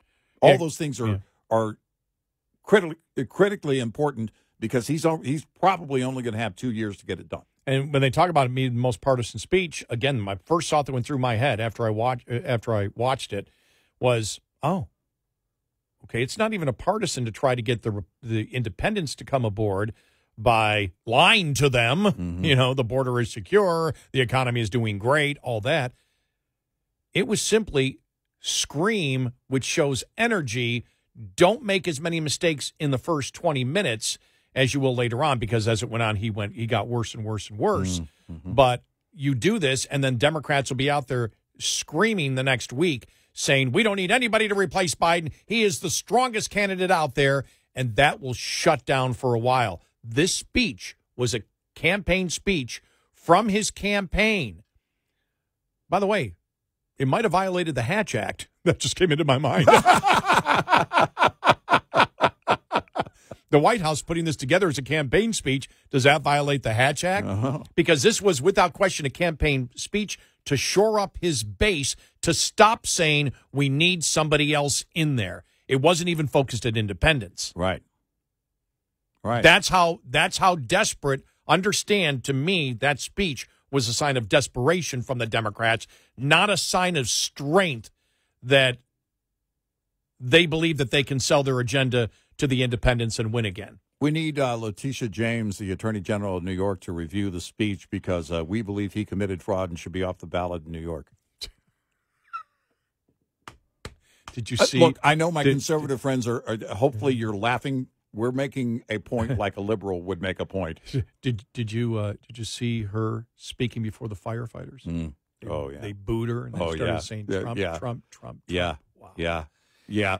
Just like the union head tonight at the State of the Union. Yeah. And they had one union member. Well, where are the rest? Well, we've already been told by leadership, they're probably going to vote for the other guy. 866-90 Red Eye. Coming up, more with Gary McNamara and Eric Harley. It's Red Eye Radio.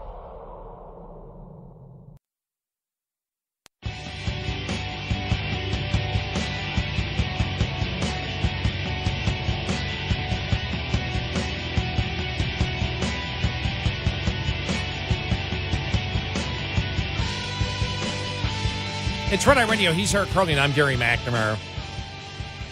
The other analysis you'll see from Democrats, I'm sure tomorrow we'll see, this shows that the president is, his cognitive abilities are 100%. He is as vigorous as anyone else, and the Republicans are wrong for stating that he's not. Well, it's not the Republicans that are stated that he's wrong.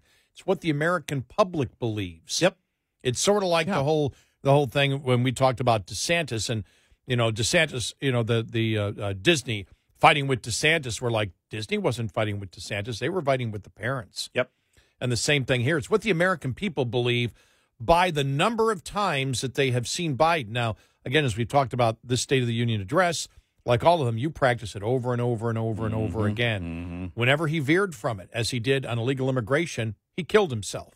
Yep. And that's the problem, and that problem is not going away. So the only thing you may get here are Democrats that will shut up for a little bit and not be talking about replacing him, because other Democrats will say, see, he has full cognitive abilities, right, until a week from now after he's made 10 appearances and made 10 more, bad mistakes. Right. And is staring out there into space, where Americans will be right back to where they are now. Yeah, and you're not going to, all of this that's been on full display for now a number of years is not going to change with one speech. It's not going to change overnight. And because it's not going to change, his cognitive state is not going to improve. Another thing is, if you're not a wonk and you're just watching this and going, why are all these Democrats and liberals screaming, there's nothing wrong with him, there's nothing wrong with him, there's nothing wrong with him, there's nothing wrong with him? Why are they?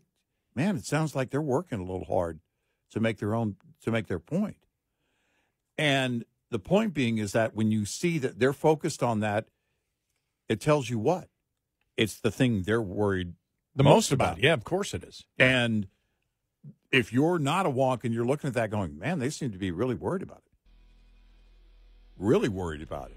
Well, and of course your own observations are going to show you the truth. You're not going to change the truth with any amount of speeches.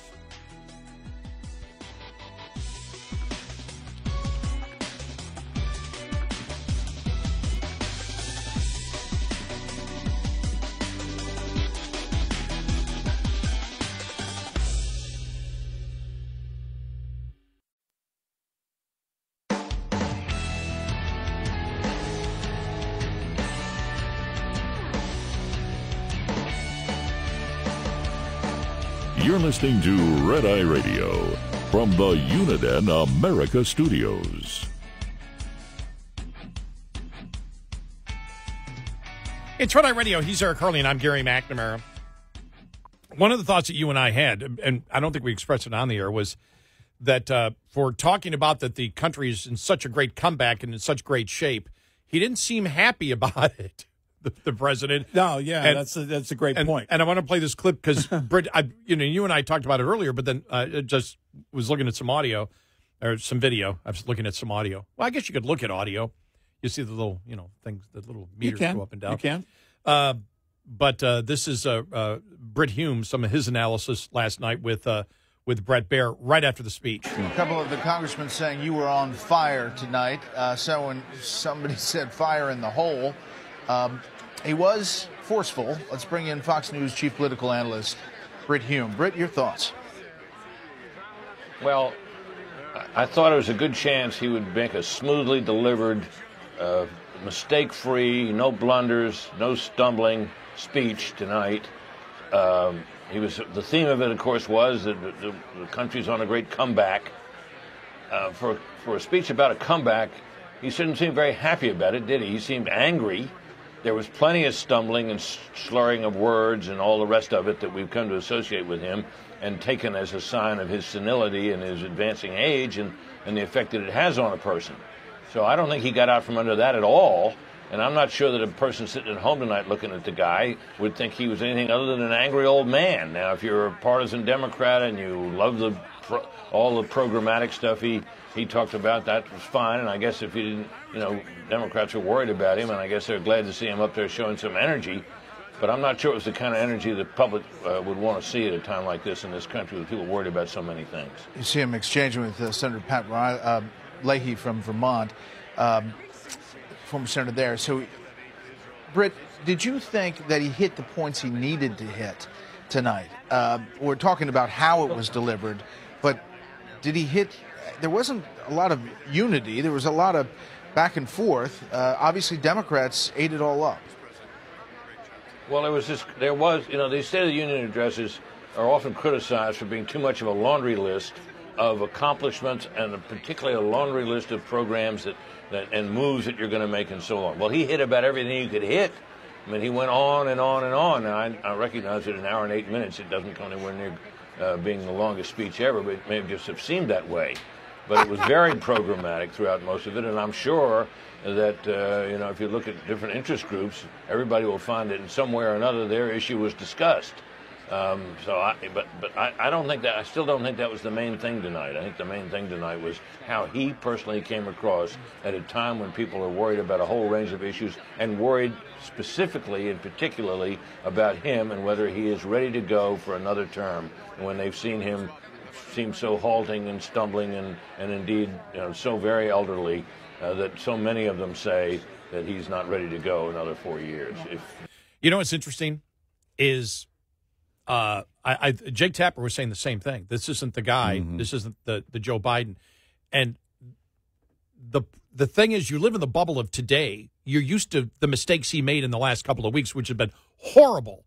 So if he gets up there and screams, you take that and you compare it to that. But if you're a reporter and you've been covering Washington for the longest time and you know Joe Biden, that's why there's been criticism of Biden, where a lot of, the Democrats out there he was, he had energetic. The energy was yelling. Right. And it's a great point Britt Hume made, but he still made those stumbles and all that. He might have been better than his worst, like when you take the collage of the worst of Joe Biden. Right. He may have been better than that, but he wasn't nearly as good as he should have been to give the American people confidence. Yeah, if your best takeaway or ultimately if you could sum it up as a Democrat and in that, it could be worse, could have been worse, then it's not a good night. These days, a State of the Union isn't going to make the noise, as you point out. Back in the day, you watched it on one of the three. Or listened to it on the radio. Mm-hmm. And then you waited till the morning, if you had a morning paper, or the next night of the news coverage on the evening news to do the assessment, and there wasn't much of that. Now it's kind of taken apart, dissected, even ahead of the speech, but certainly after the speech, and it's broken down. The average American doesn't need any of that because they see it and they say, what's in it for me? You mentioned we were going over State of the Unions and the lengths of them. I think it was last night or night before. And you brought up the really long Bill Clinton speech, and Bill Clinton was promising the world. Yep. One of the things that, that it kind of, if you look at tonight's or last night's State of the Union, it was a campaign speech. We all know that. Where's the long list of promises for the next 4 years? Where's that long list? Even pie in the sky stuff. Where is it? It tells you the focus was just get him out there and have him shout, and let's try and go with the, hey, he's got plenty of energy thing.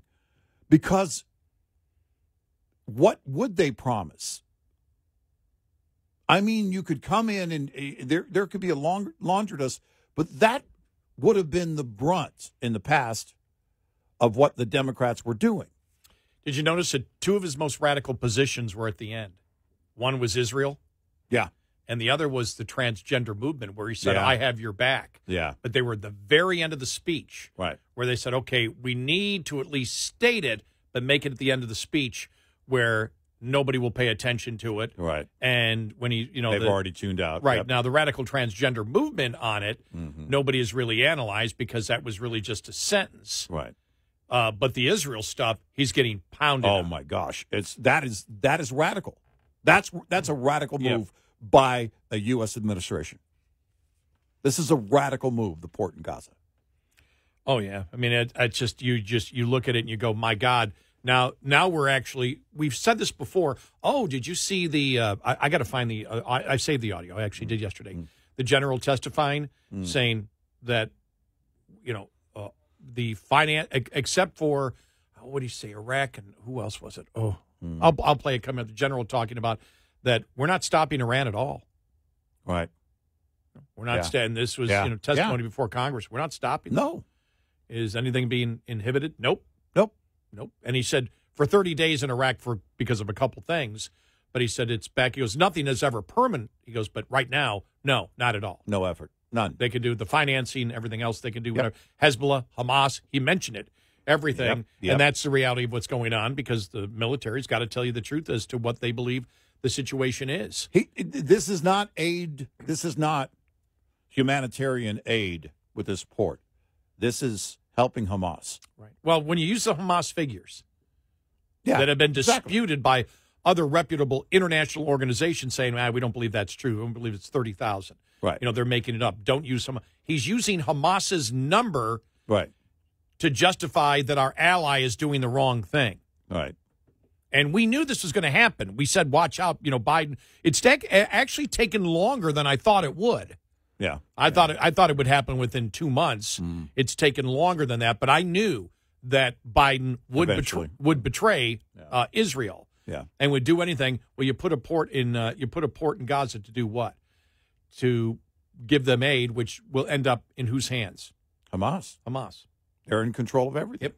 And so you keep Hamas in existence longer. And it's going to be viewed. Look, these protesters across the United States, this isn't that they care about the Palestinian people. Right.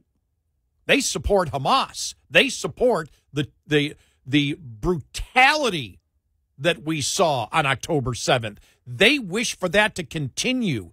They are nothing. We hear Holocaust deniers. These are Holocaust promoters. Yep. That's what they want. Yep. They want to murder Jews. Yep. They That's what recorded they themselves committing these heinous acts. I mean, the protesters. I know. Yeah. Hamas recorded themselves committing these heinous acts. Yep. We know it.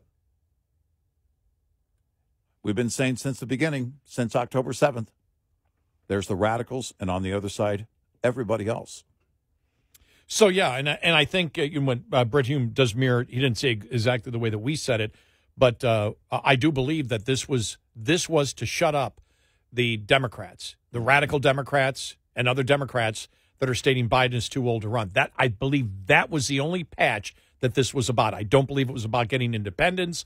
I believe they were just attempting to shore up support in their own party so Democrats would stop saying he's too old. You saw that start about a week ago. Hillary Clinton came out and said, no, he's got to talk about that he's old. Who else did? Somebody else said that, too. He's got to come out and talk about, Bill Maher.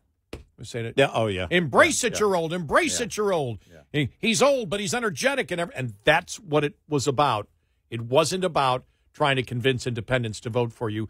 They're worried about shoring up their own party. Right. But that only lasts a couple of days, and that's gone. Right. And you're not going to even, we've been talking about basically the overall group or voting base of American people and who you're convincing, who you're not. Your own party. You're not going to change their mind. The polls aren't going to swing the other way. Oh, yeah, actually, we want him to be the guy all of a sudden. I mean, that's not going to happen. You may have a 5-point boost here or there, and then it's gone in a week or two. But there typically is some kind of bump. It's not the bump Joe Biden needs. No. Not anywhere close. Yeah, anything would be temporary because we're back to Joe Biden's got to be out there in the public, and he will continue to make the same mistakes when has to think on the fly. It's that simple. We're back to reality. Right. That's been consistent all the time. This thing he got to practice over and over and over again. Yep. And the biggest thing that came out of the night, remember, is when he was thrown off by Marjorie Taylor Greene and then talked about, the whole thing that, as he said, Lincoln instead of Laken Riley was killed by, illegals, and then talked about, and by the way, some people are still misquoting that. Alan and I actually went and listened to it. Look, here's the context. He's saying legal because it doesn't make sense if he says, but if he sits there and says, yes, as he said, quote, Laken Riley was killed by an illegal, and then afterwards paraphrasing this, but thousands are killed by legals. To put illegals in there would make no sense. Right.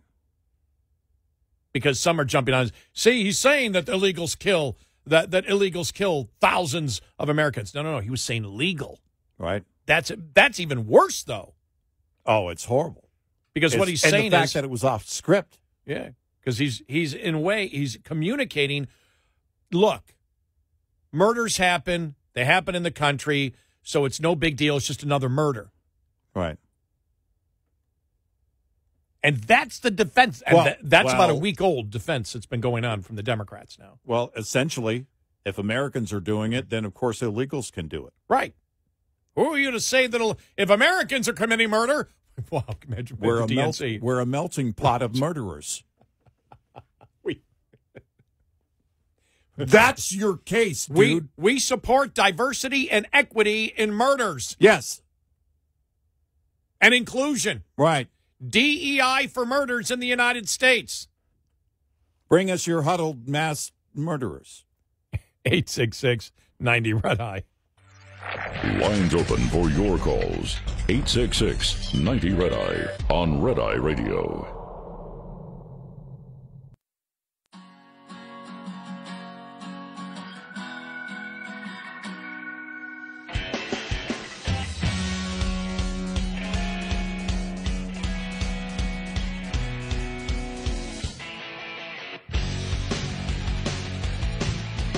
It's Red Eye Radio. He's Eric Harley, and I'm Gary McNamara. How long will we talk about the State of the Union? Who knows? It may not go long because the No Labels Party today will move ahead with a U.S. presidential bid, even though they will not name names.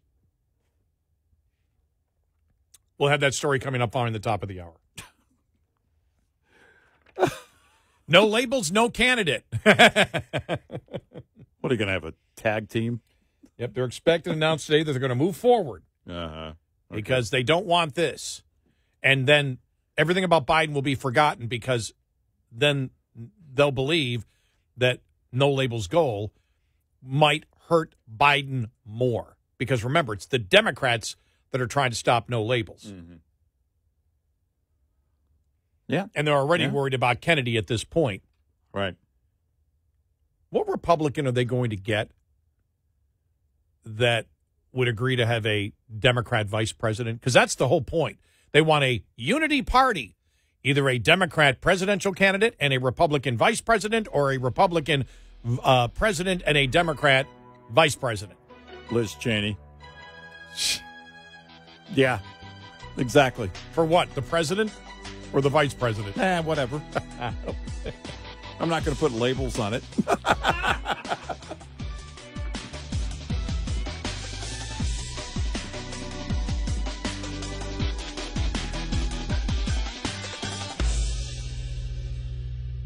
This is Red Eye Radio on Westwood One.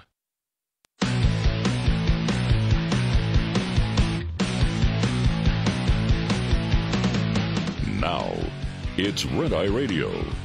Gary McNamara and Eric Harley talk about everything from politics to social issues and news of the day. Whether you're up late or you're just starting your day, welcome to the show. From the Uniden America Studios, this is Red Eye Radio. All across America and around the planet, we are Red Eye Radio. He is Eric Harley, and I'm Gary McNamara. Good morning. Thank you for being here. Thank you. Just an update. I did see that the Gold Star dad, who was arrested after heckling Biden yesterday by screaming Abby Gate, was released. Steve Nicoe, I believe his name is. Mm-hmm. He was released. You and I had gone through what happens when you do that, and the Capitol Police had come on and say, look, it's standard. You're arrested. You pay a $50 fine. The misdemeanor goes away. Right. And apparently that happened. He was released. I saw some video of him. Looks like he's meeting with family afterwards and embracing them and all that. I can't imagine. It's you and I. all of us that watching these things that have happened, but then, and of course, we have compassion for these families, but I can't imagine being in that place because it never goes away. It never goes away. And the fact that so many things were done wrong. And then, of course, and then the family lies. the lies. All lies. And then the family of Laken Riley too. The border is wide open. So her family, Mr. Nikui, they're going through this grief that won't ever be resolved and was at the hands, the decision of this president. It is just, it's just horrible. I can't imagine. My heart goes out. My prayers go out to them dealing with that. The grief of the loss, and then on top of that, the heavy weight of knowing. In these cases, if this were just handled differently, if we were actually doing something about it, if this guy weren't president, things may be different. When you grieve the loss of someone and you go through sometimes, and I have a family member, in fact,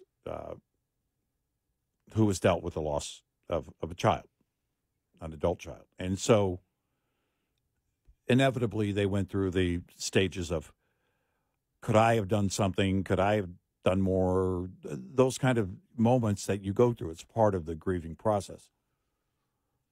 But then the frustration of looking at it, saying, my gosh, this absolutely should have been different.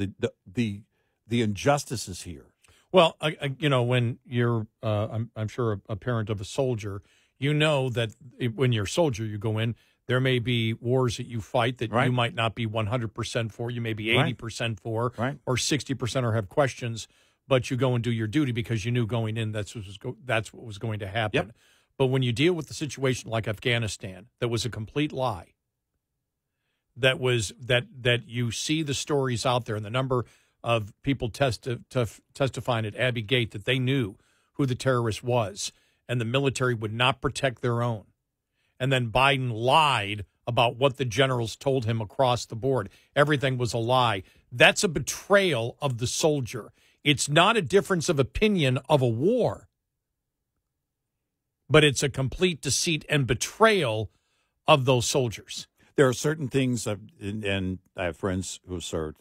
My father has gone to war twice, and I hear these things repeated to me. There are things that you sign up for and things you don't. This is one of those things, the botched exit of Afghanistan. As you point out, the lies, the series of lies that went down over that summer that led to it, and then on that day, how all of that went down. When you heard the testimony going back, what was it, 6 months ago? Yeah. All the soldiers testifying that were there, they couldn't get the order to kill the guy who was a suicide bomber. Right. I mean, that was heartbreaking to hear that story had come out before, that testimony.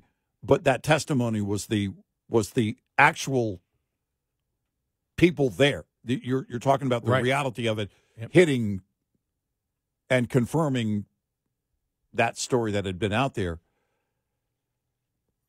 After the botched exit of Afghanistan, our allies, I remember in Great Britain, members of parliament going through, and this is where you lose the confidence of great allies with this kind of move by this president. And then on top of that, we're putting in a port in Gaza. Not only are we helping Iran help Hamas, now the aid, which goes straight to Hamas, is going to get there even quicker. This isn't humanitarian aid, it's Hamas aid. Mm-hmm. And our strongest ally in the Middle East. Well, it's a slap in the face. And the fact is, even if it wasn't, the suspicion is there because we know this is a president and an administration that has enabled Iran to support the enemy fighting against us and Israel. Right. There's no doubt about that at all. Nope. That that's a given. So suspicion is always in there, which is the first thing that I thought. I went, okay, you're going to open up a port. And then the point was, all right, how many refugees are you going to let back into the United States without vetting them? Right. Like Afghanistan. Right. And so all this comes up. What is the ulterior motive besides defending U.S. interests, which doesn't seem to be a priority with this administration at all? No, it isn't. Which leads you to the next one. Then what is their motivation? Right. Because we know that the president will lie to the American public as he did about Afghanistan. He lied to the American public about that's a great what point. The generals told him. Think about that. That's a great point because they're telling us they're putting in the port in in Gaza, which we know means that aid is going to go directly to Hamas even quicker. What are they not telling us? Yeah. We know this is the only way you can look at it. We know the president lied about Afghanistan and what the military people told him. We know it. How do we know it? Because the military people testified like a year later and said, here's what we told the president. It was the opposite of what the president said what the president told the American public. We also know through the testimony of those soldiers that were there at Abbey Gate that they said, we saw the person. We knew who the suicide bomber was. Right. They would not let our snipers take him out. Right.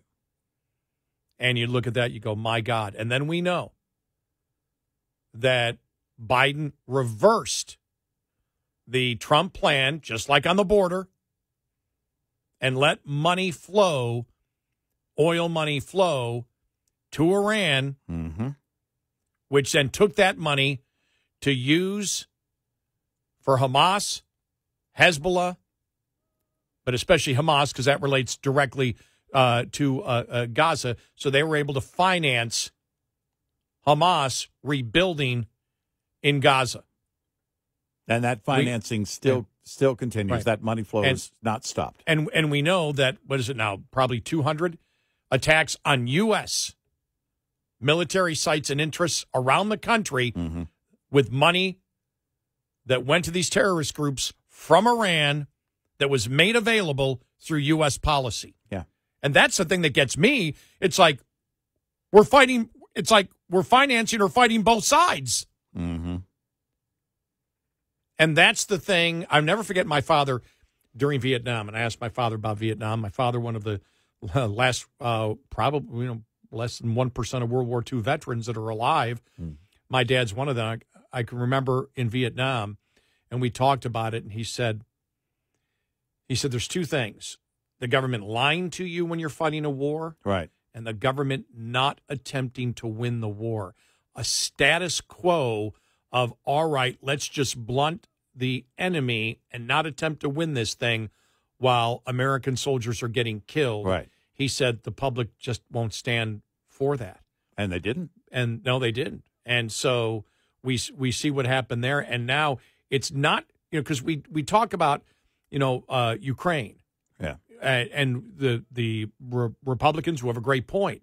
We're not going to fight endless wars, right? Because it's like, whoa, what do we do? You see, Trump talked about it. See Trump moderating a little bit on Ukraine. We should have a Lend-Lease program for Ukraine like we did with Great Britain.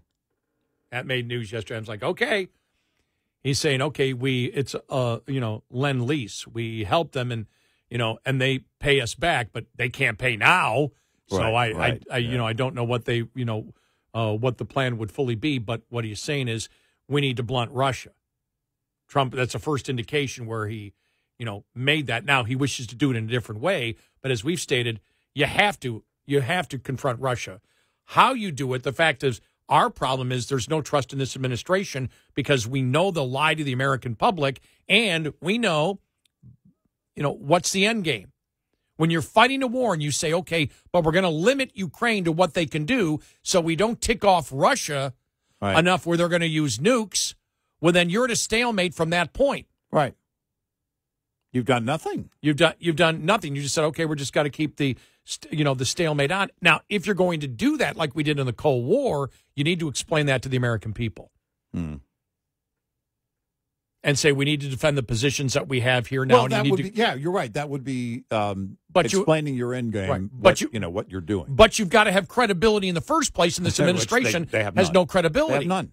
And that's, people ask me all the time, what do you think about the administration in Ukraine? And I have to answer, I don't know. Well, because I don't know what they know, and I don't know what they're lying to me about. And that's why I think it's a great point that you just brought up about Gaza and the Gaza port. Gosh, this is what they're telling us, which is a radical move, a slap in the face to Israel. And the victims in Israel. What are they not telling us? And you can't use, well, okay, Gary, well, you're using a conspiracy theory. You're saying, well, what if they're lying to us? And it's not unfair. They lied to us already. We know it. They lied to us. Afghanistan is the prime example because it was a series of lies, a built narrative. When the man in charge, the top general in charge, stepped down halfway through the mission, that was a telltale sign. That was a full-on disagreement on how it was being handled. And then, as you mentioned, the testimony afterward, it proved that Biden was lying. Oh my God. We knew he was lying. And then when you hear John Kerry talking about Russia, my gosh, as we played yesterday, that and people might think differently towards Russia and what's going on here if they'd abide by our climate change plans and blah blah. It's like my gosh. I mean, they're just so delusional. Yeah. And when somebody says, well, what do you think about the administration, what they're doing in Ukraine? I go, I don't know what they're doing in Ukraine. I don't trust anything that they say. Right. Why? Not because I'm a conspiracy theorist, because anybody knows we don't play those games. It's simply when you lie to me over and over again and you have such a big lie as you did in Afghanistan, then sorry, I don't trust a damn thing you say. Well, yeah, you have to earn that trust. That's going to take a long time, if ever, and I doubt it's going to happen. 866-90-RED-EYE. Brought to you by Hot Shot Secret. Hi, I'm Jen Loomis, a transport safety expert at J.J. Keller, and I'm here to share a tip on speed and space management. Due to safety concerns, many motor carriers have policies that limit or prohibit the use of cruise control. If your motor carrier does allow you to use cruise control, you should only use it in good driving conditions during daylight hours and on roads that have light traffic, few curves or hills, and a consistent speed limit.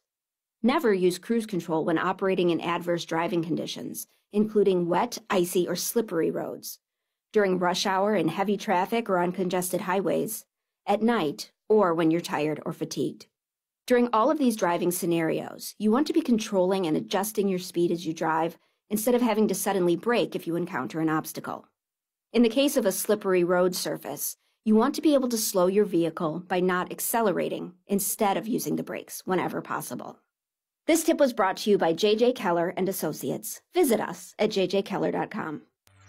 Get in touch with Red Eye Radio, toll free at 866-90-RED-EYE.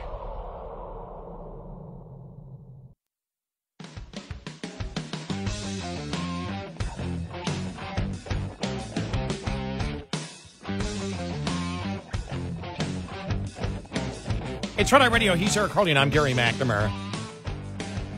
I was saying earlier, I said the state, after watching the State of the Union, I went, oh, okay, this is not about getting independents to vote for you. This is simply to get the Democratic Party to rally around Joe Biden and to get the Democrats to stop saying we need another candidate. I believe now you will not see another candidate.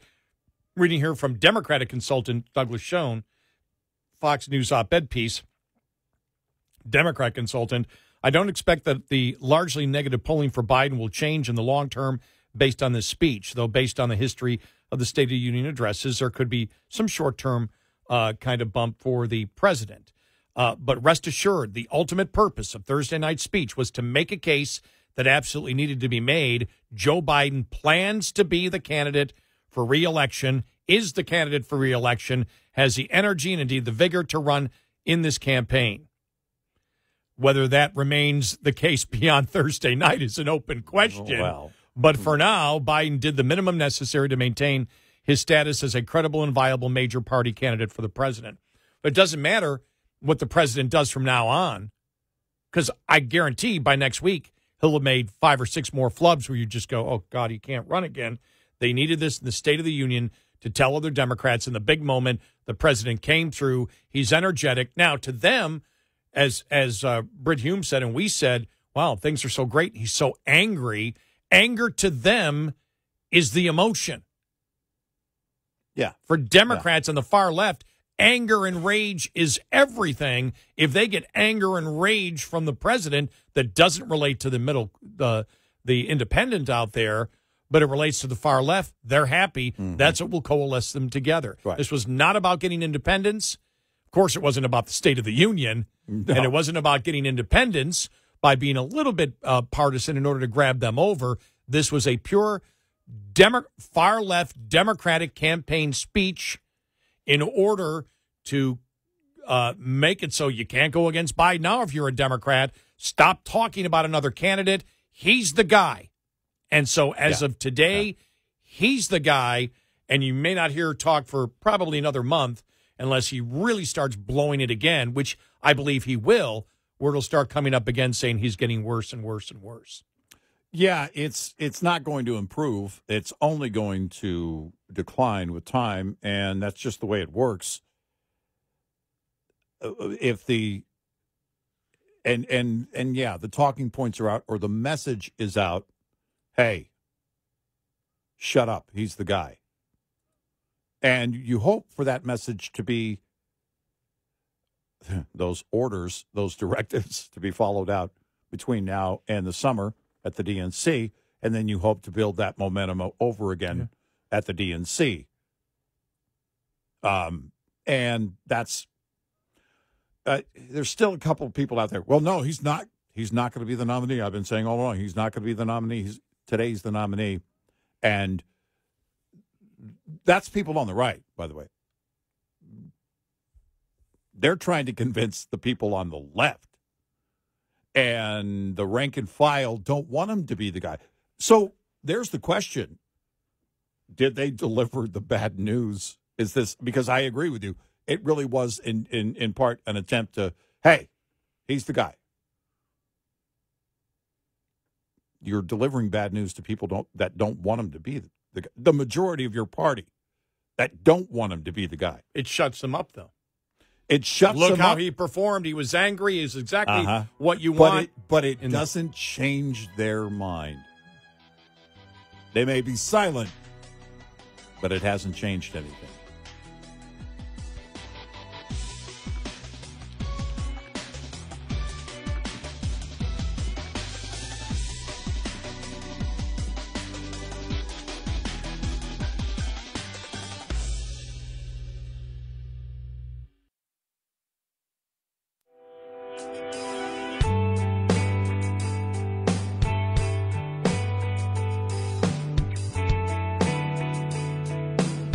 More listeners not now than now, depending on when now is. Red Eye Radio. It's Red Eye Radio. He's our Carly, and I'm Gary McNamara. So what should the Republicans, do after the State of the Union? Well, I think what you're going to hear is, number one, they're going to talk about the Laken Riley Act that 170 Democrats voted against to show, look, they really don't want to control illegal immigration in this country. What the president told you was a, bunch of lies. The American public already agrees with you on it. You just need to, in essence, cross-examine what the president was doing, and that would be an easy thing to do. The other thing is Mr. Nakuri, the Gold Star father, probably will be appearing on conservative media everywhere tomorrow and over the next couple of days. I'd be very surprised if he was not, in order to make the point of, how the president lied in Afghanistan. And I did find the audio from the Army sniper who gave testimony to Congress how he had the Abbey Gate bomber in his sight. Right. And that's why you had the father screaming it. In case you don't remember it, we played this audio on the air. This goes back a few months ago. Here we go. Tens of thousands of people descended upon Abbey Gate. We were looking for anyone with a blue passport, first and foremost. People were suffering from extreme malnutrition, dehydration, heat casualties, and infants were dying. Afghans were brutalized and tortured by the Taliban, flocked to us pleading for help. Some Afghans turned away from HKIA, tried to kill themselves on the razor wire in front of us that we used as a deterrent. They thought this was merciful compared to the Taliban torture that they faced. Countless Afghans were murdered by the Taliban 155 yards in front of our position, day and night. With only shipping containers between us, the Taliban would routinely murder people under our observation at their checkpoint. We communicated the atrocities to our chain of command and intel assets, but nothing came of it. Department of State staff and HKIA would completely shut down processing Afghans every evening and into the morning, leaving ground forces with a nightmare. They did not work in reasonable rotations and very much presented an unwillingness to work in other situations as well. No matter our health or condition, the Marines stood watch and engaged in disorderly and dangerous crowds. State was not prepared to be in HKIA. In fact, State would not want to deal with the Afghans unable to be processed, weakening the security of the perimeter. State would take us away from our mission to walk Afghans out to meet the fate of the Taliban, condemning them to death. Over the communication network, we passed that there was a potential threat and an IED attack imminent. This was as serious as it could get. Our battalion commander said, and I quote, "I don't know," end quote. Myself and my team leader asked very harshly, "Well, who does? Because this is your responsibility, sir." He again replied he did not know, but would find out. We received no update and never got our answer. Eventually, the individual disappeared. To this day, we believe he was a suicide bomber. We made everyone on the ground aware. Operations had briefly halted, but then started again. Plain and simple, we were ignored. Then a flash and a massive wave of pressure. I'm thrown 12 feet onto the ground, but instantly knew what had happened. I opened my eyes to Marines dead or unconscious, lying around me. The withdrawal was a catastrophe, in my opinion. And there was an inexcusable lack of accountability and negligence. The 11 Marines, 1 sailor, and 1 soldier that were murdered that day have not been answered for. There you go, and that's Sniper Sergeant Tyler Vargas Andrews giving testimony to Congress on the details of how they had the Abbey Gate bomber in his sight and couldn't get the approval, just the higher-ups. And he's talking, when they talk state, they're talking State Department. State Department, yeah. Couldn't get anything, couldn't get any answer as to what to do. And, again, that's why the father was there. You play that and you talk about that and you interview the father. That would be the response that I would take. And then all the rest is the normal stuff that Democrats are throwing, that the Biden's throwing at you, the shrinkflation and everything else that he's trying to blame on corporate greed. And, again, I'm amazed that Republicans have never been able to, never even attempted to explain. I mean, some have. You've had political pundits, but the Republican Party themselves, and it's so easy to explain on corporate taxes. What Biden's trying to do is increase inflation even more. Yep. You know that when the price of oil goes up, gasoline costs you more. Yep.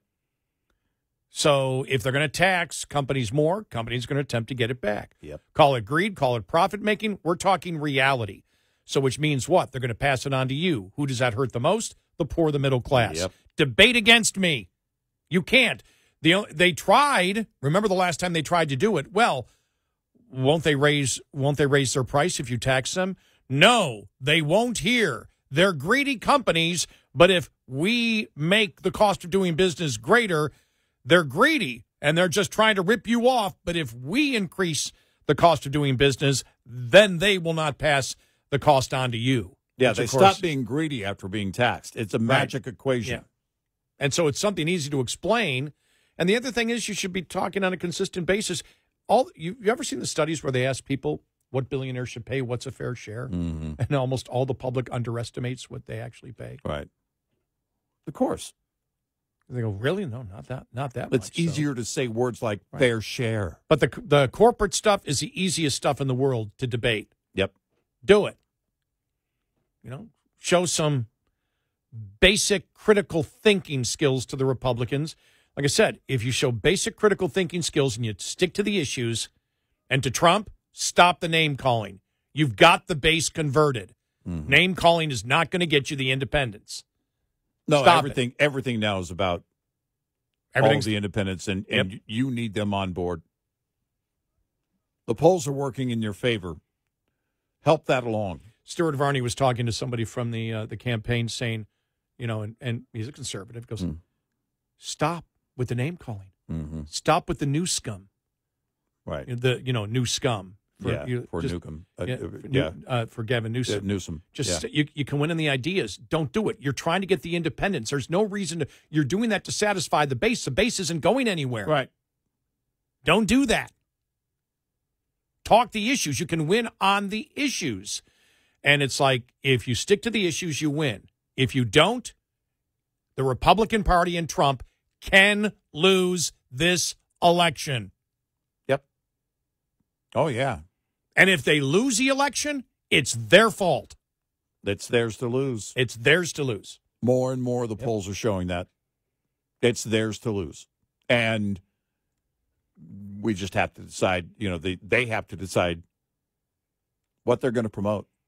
It's a very simple thing right now. Do you want to win elections, or do you want to feel good temporarily because we came up? Oh, isn't that an innovative way to name call someone? Is that the satisfaction you want, or do you want to win the election? What's the actual goal? The people high-fiving you for that are already on board. Yeah. It does nothing to broaden your base, because everything now is about broadening your base.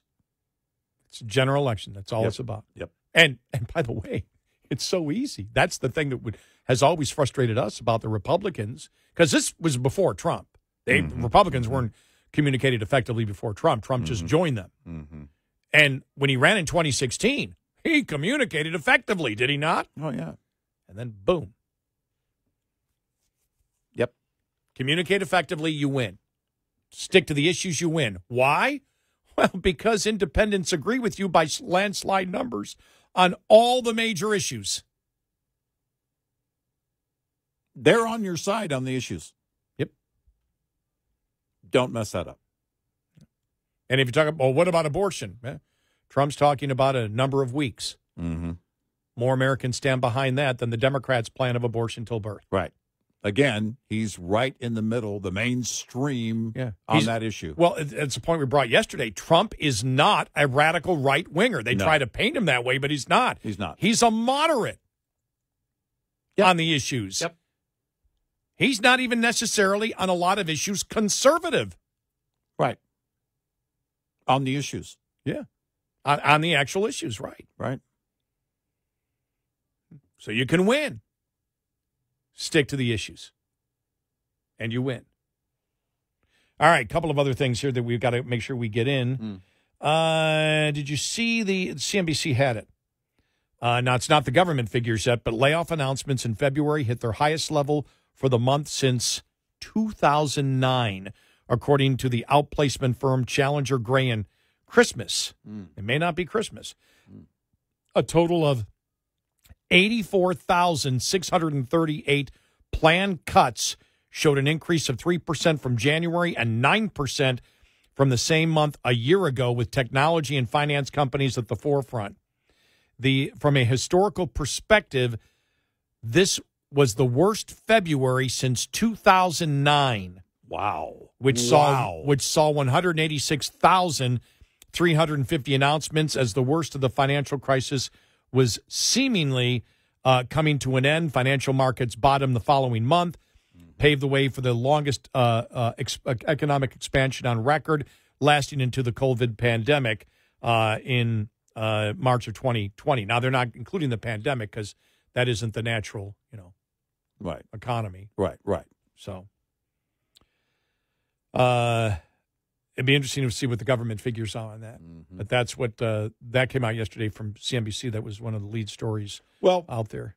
Yeah. And as they point out, that was when we were heading toward the bottom on the financial markets. And you and I remember that well. Now, we never got a real recovery because they muddied the waters. But the fact of the matter is, if those numbers continue, if these February numbers continue, then you're going to see it. I mean, I don't know. Wow. I don't know what happens. I think right now, or I wonder about Jerome Powell. I've said all along he's not serious about inflation. I wonder how concerned he is about a downturn. I don't know. I can't tell you. It may be not at all, or it may be, oh my gosh, I didn't see this coming. Or we didn't remember the whole thing that, well, a soft landing, a soft landing, soft landing. There are too many things that they don't factor in. Too many questions they don't ask. And that's the problem I have, because we're at a situation right now for a generation. This is the first time we've dealt with such items. You have to go back decades. Well, did history teach us nothing? How do you not have the playbook in front of you? How do you not truly care? Well, it starts, we've been saying, it starts with the spending. And now, I'll tell you on the spending, we already know how you truly don't care, because the majority of Americans don't. No, they don't. There's a small corner of us, conservatives, left, of those who care about right now our fiscal matters and the national debt. And that's why the House passed, the continuing the $80 billion? Yeah. You didn't really hear a peep. You heard, a couple of interviews. Well, because we're getting too close to the election now. Yeah. There's no, let's get rid of Mike Johnson because we didn't get the conservative, right. The conservative ideas that we wanted in there. Right. It's a recognition that the public isn't ready to cut yet. Right. And so we can't do it. Don't rock the boat. 8 months before an election. Right. 866-90 Red Eye. We'll be right back with more Red Eye Radio with Eric Harley and Gary McNamara.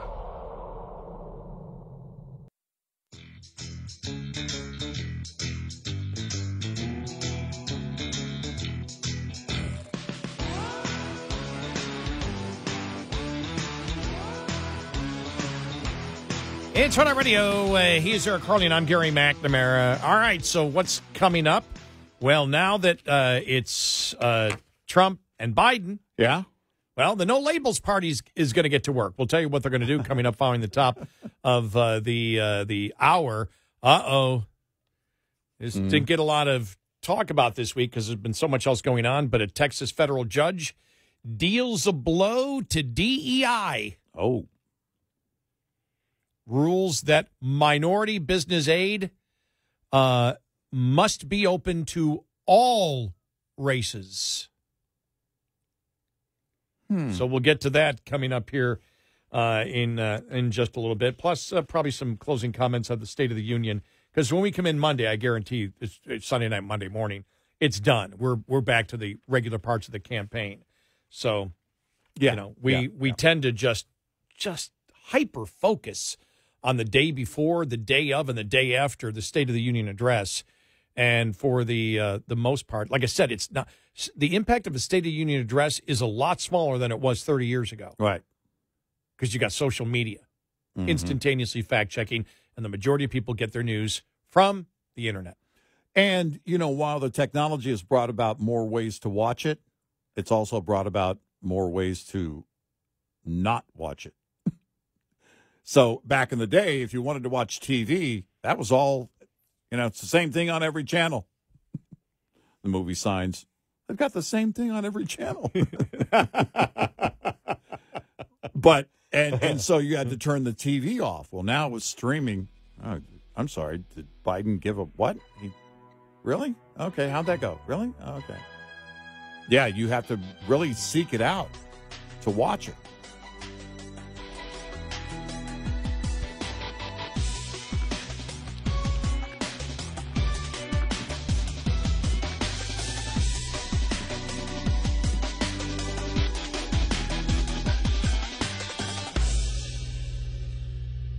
This is Red Eye Radio on Westwood One.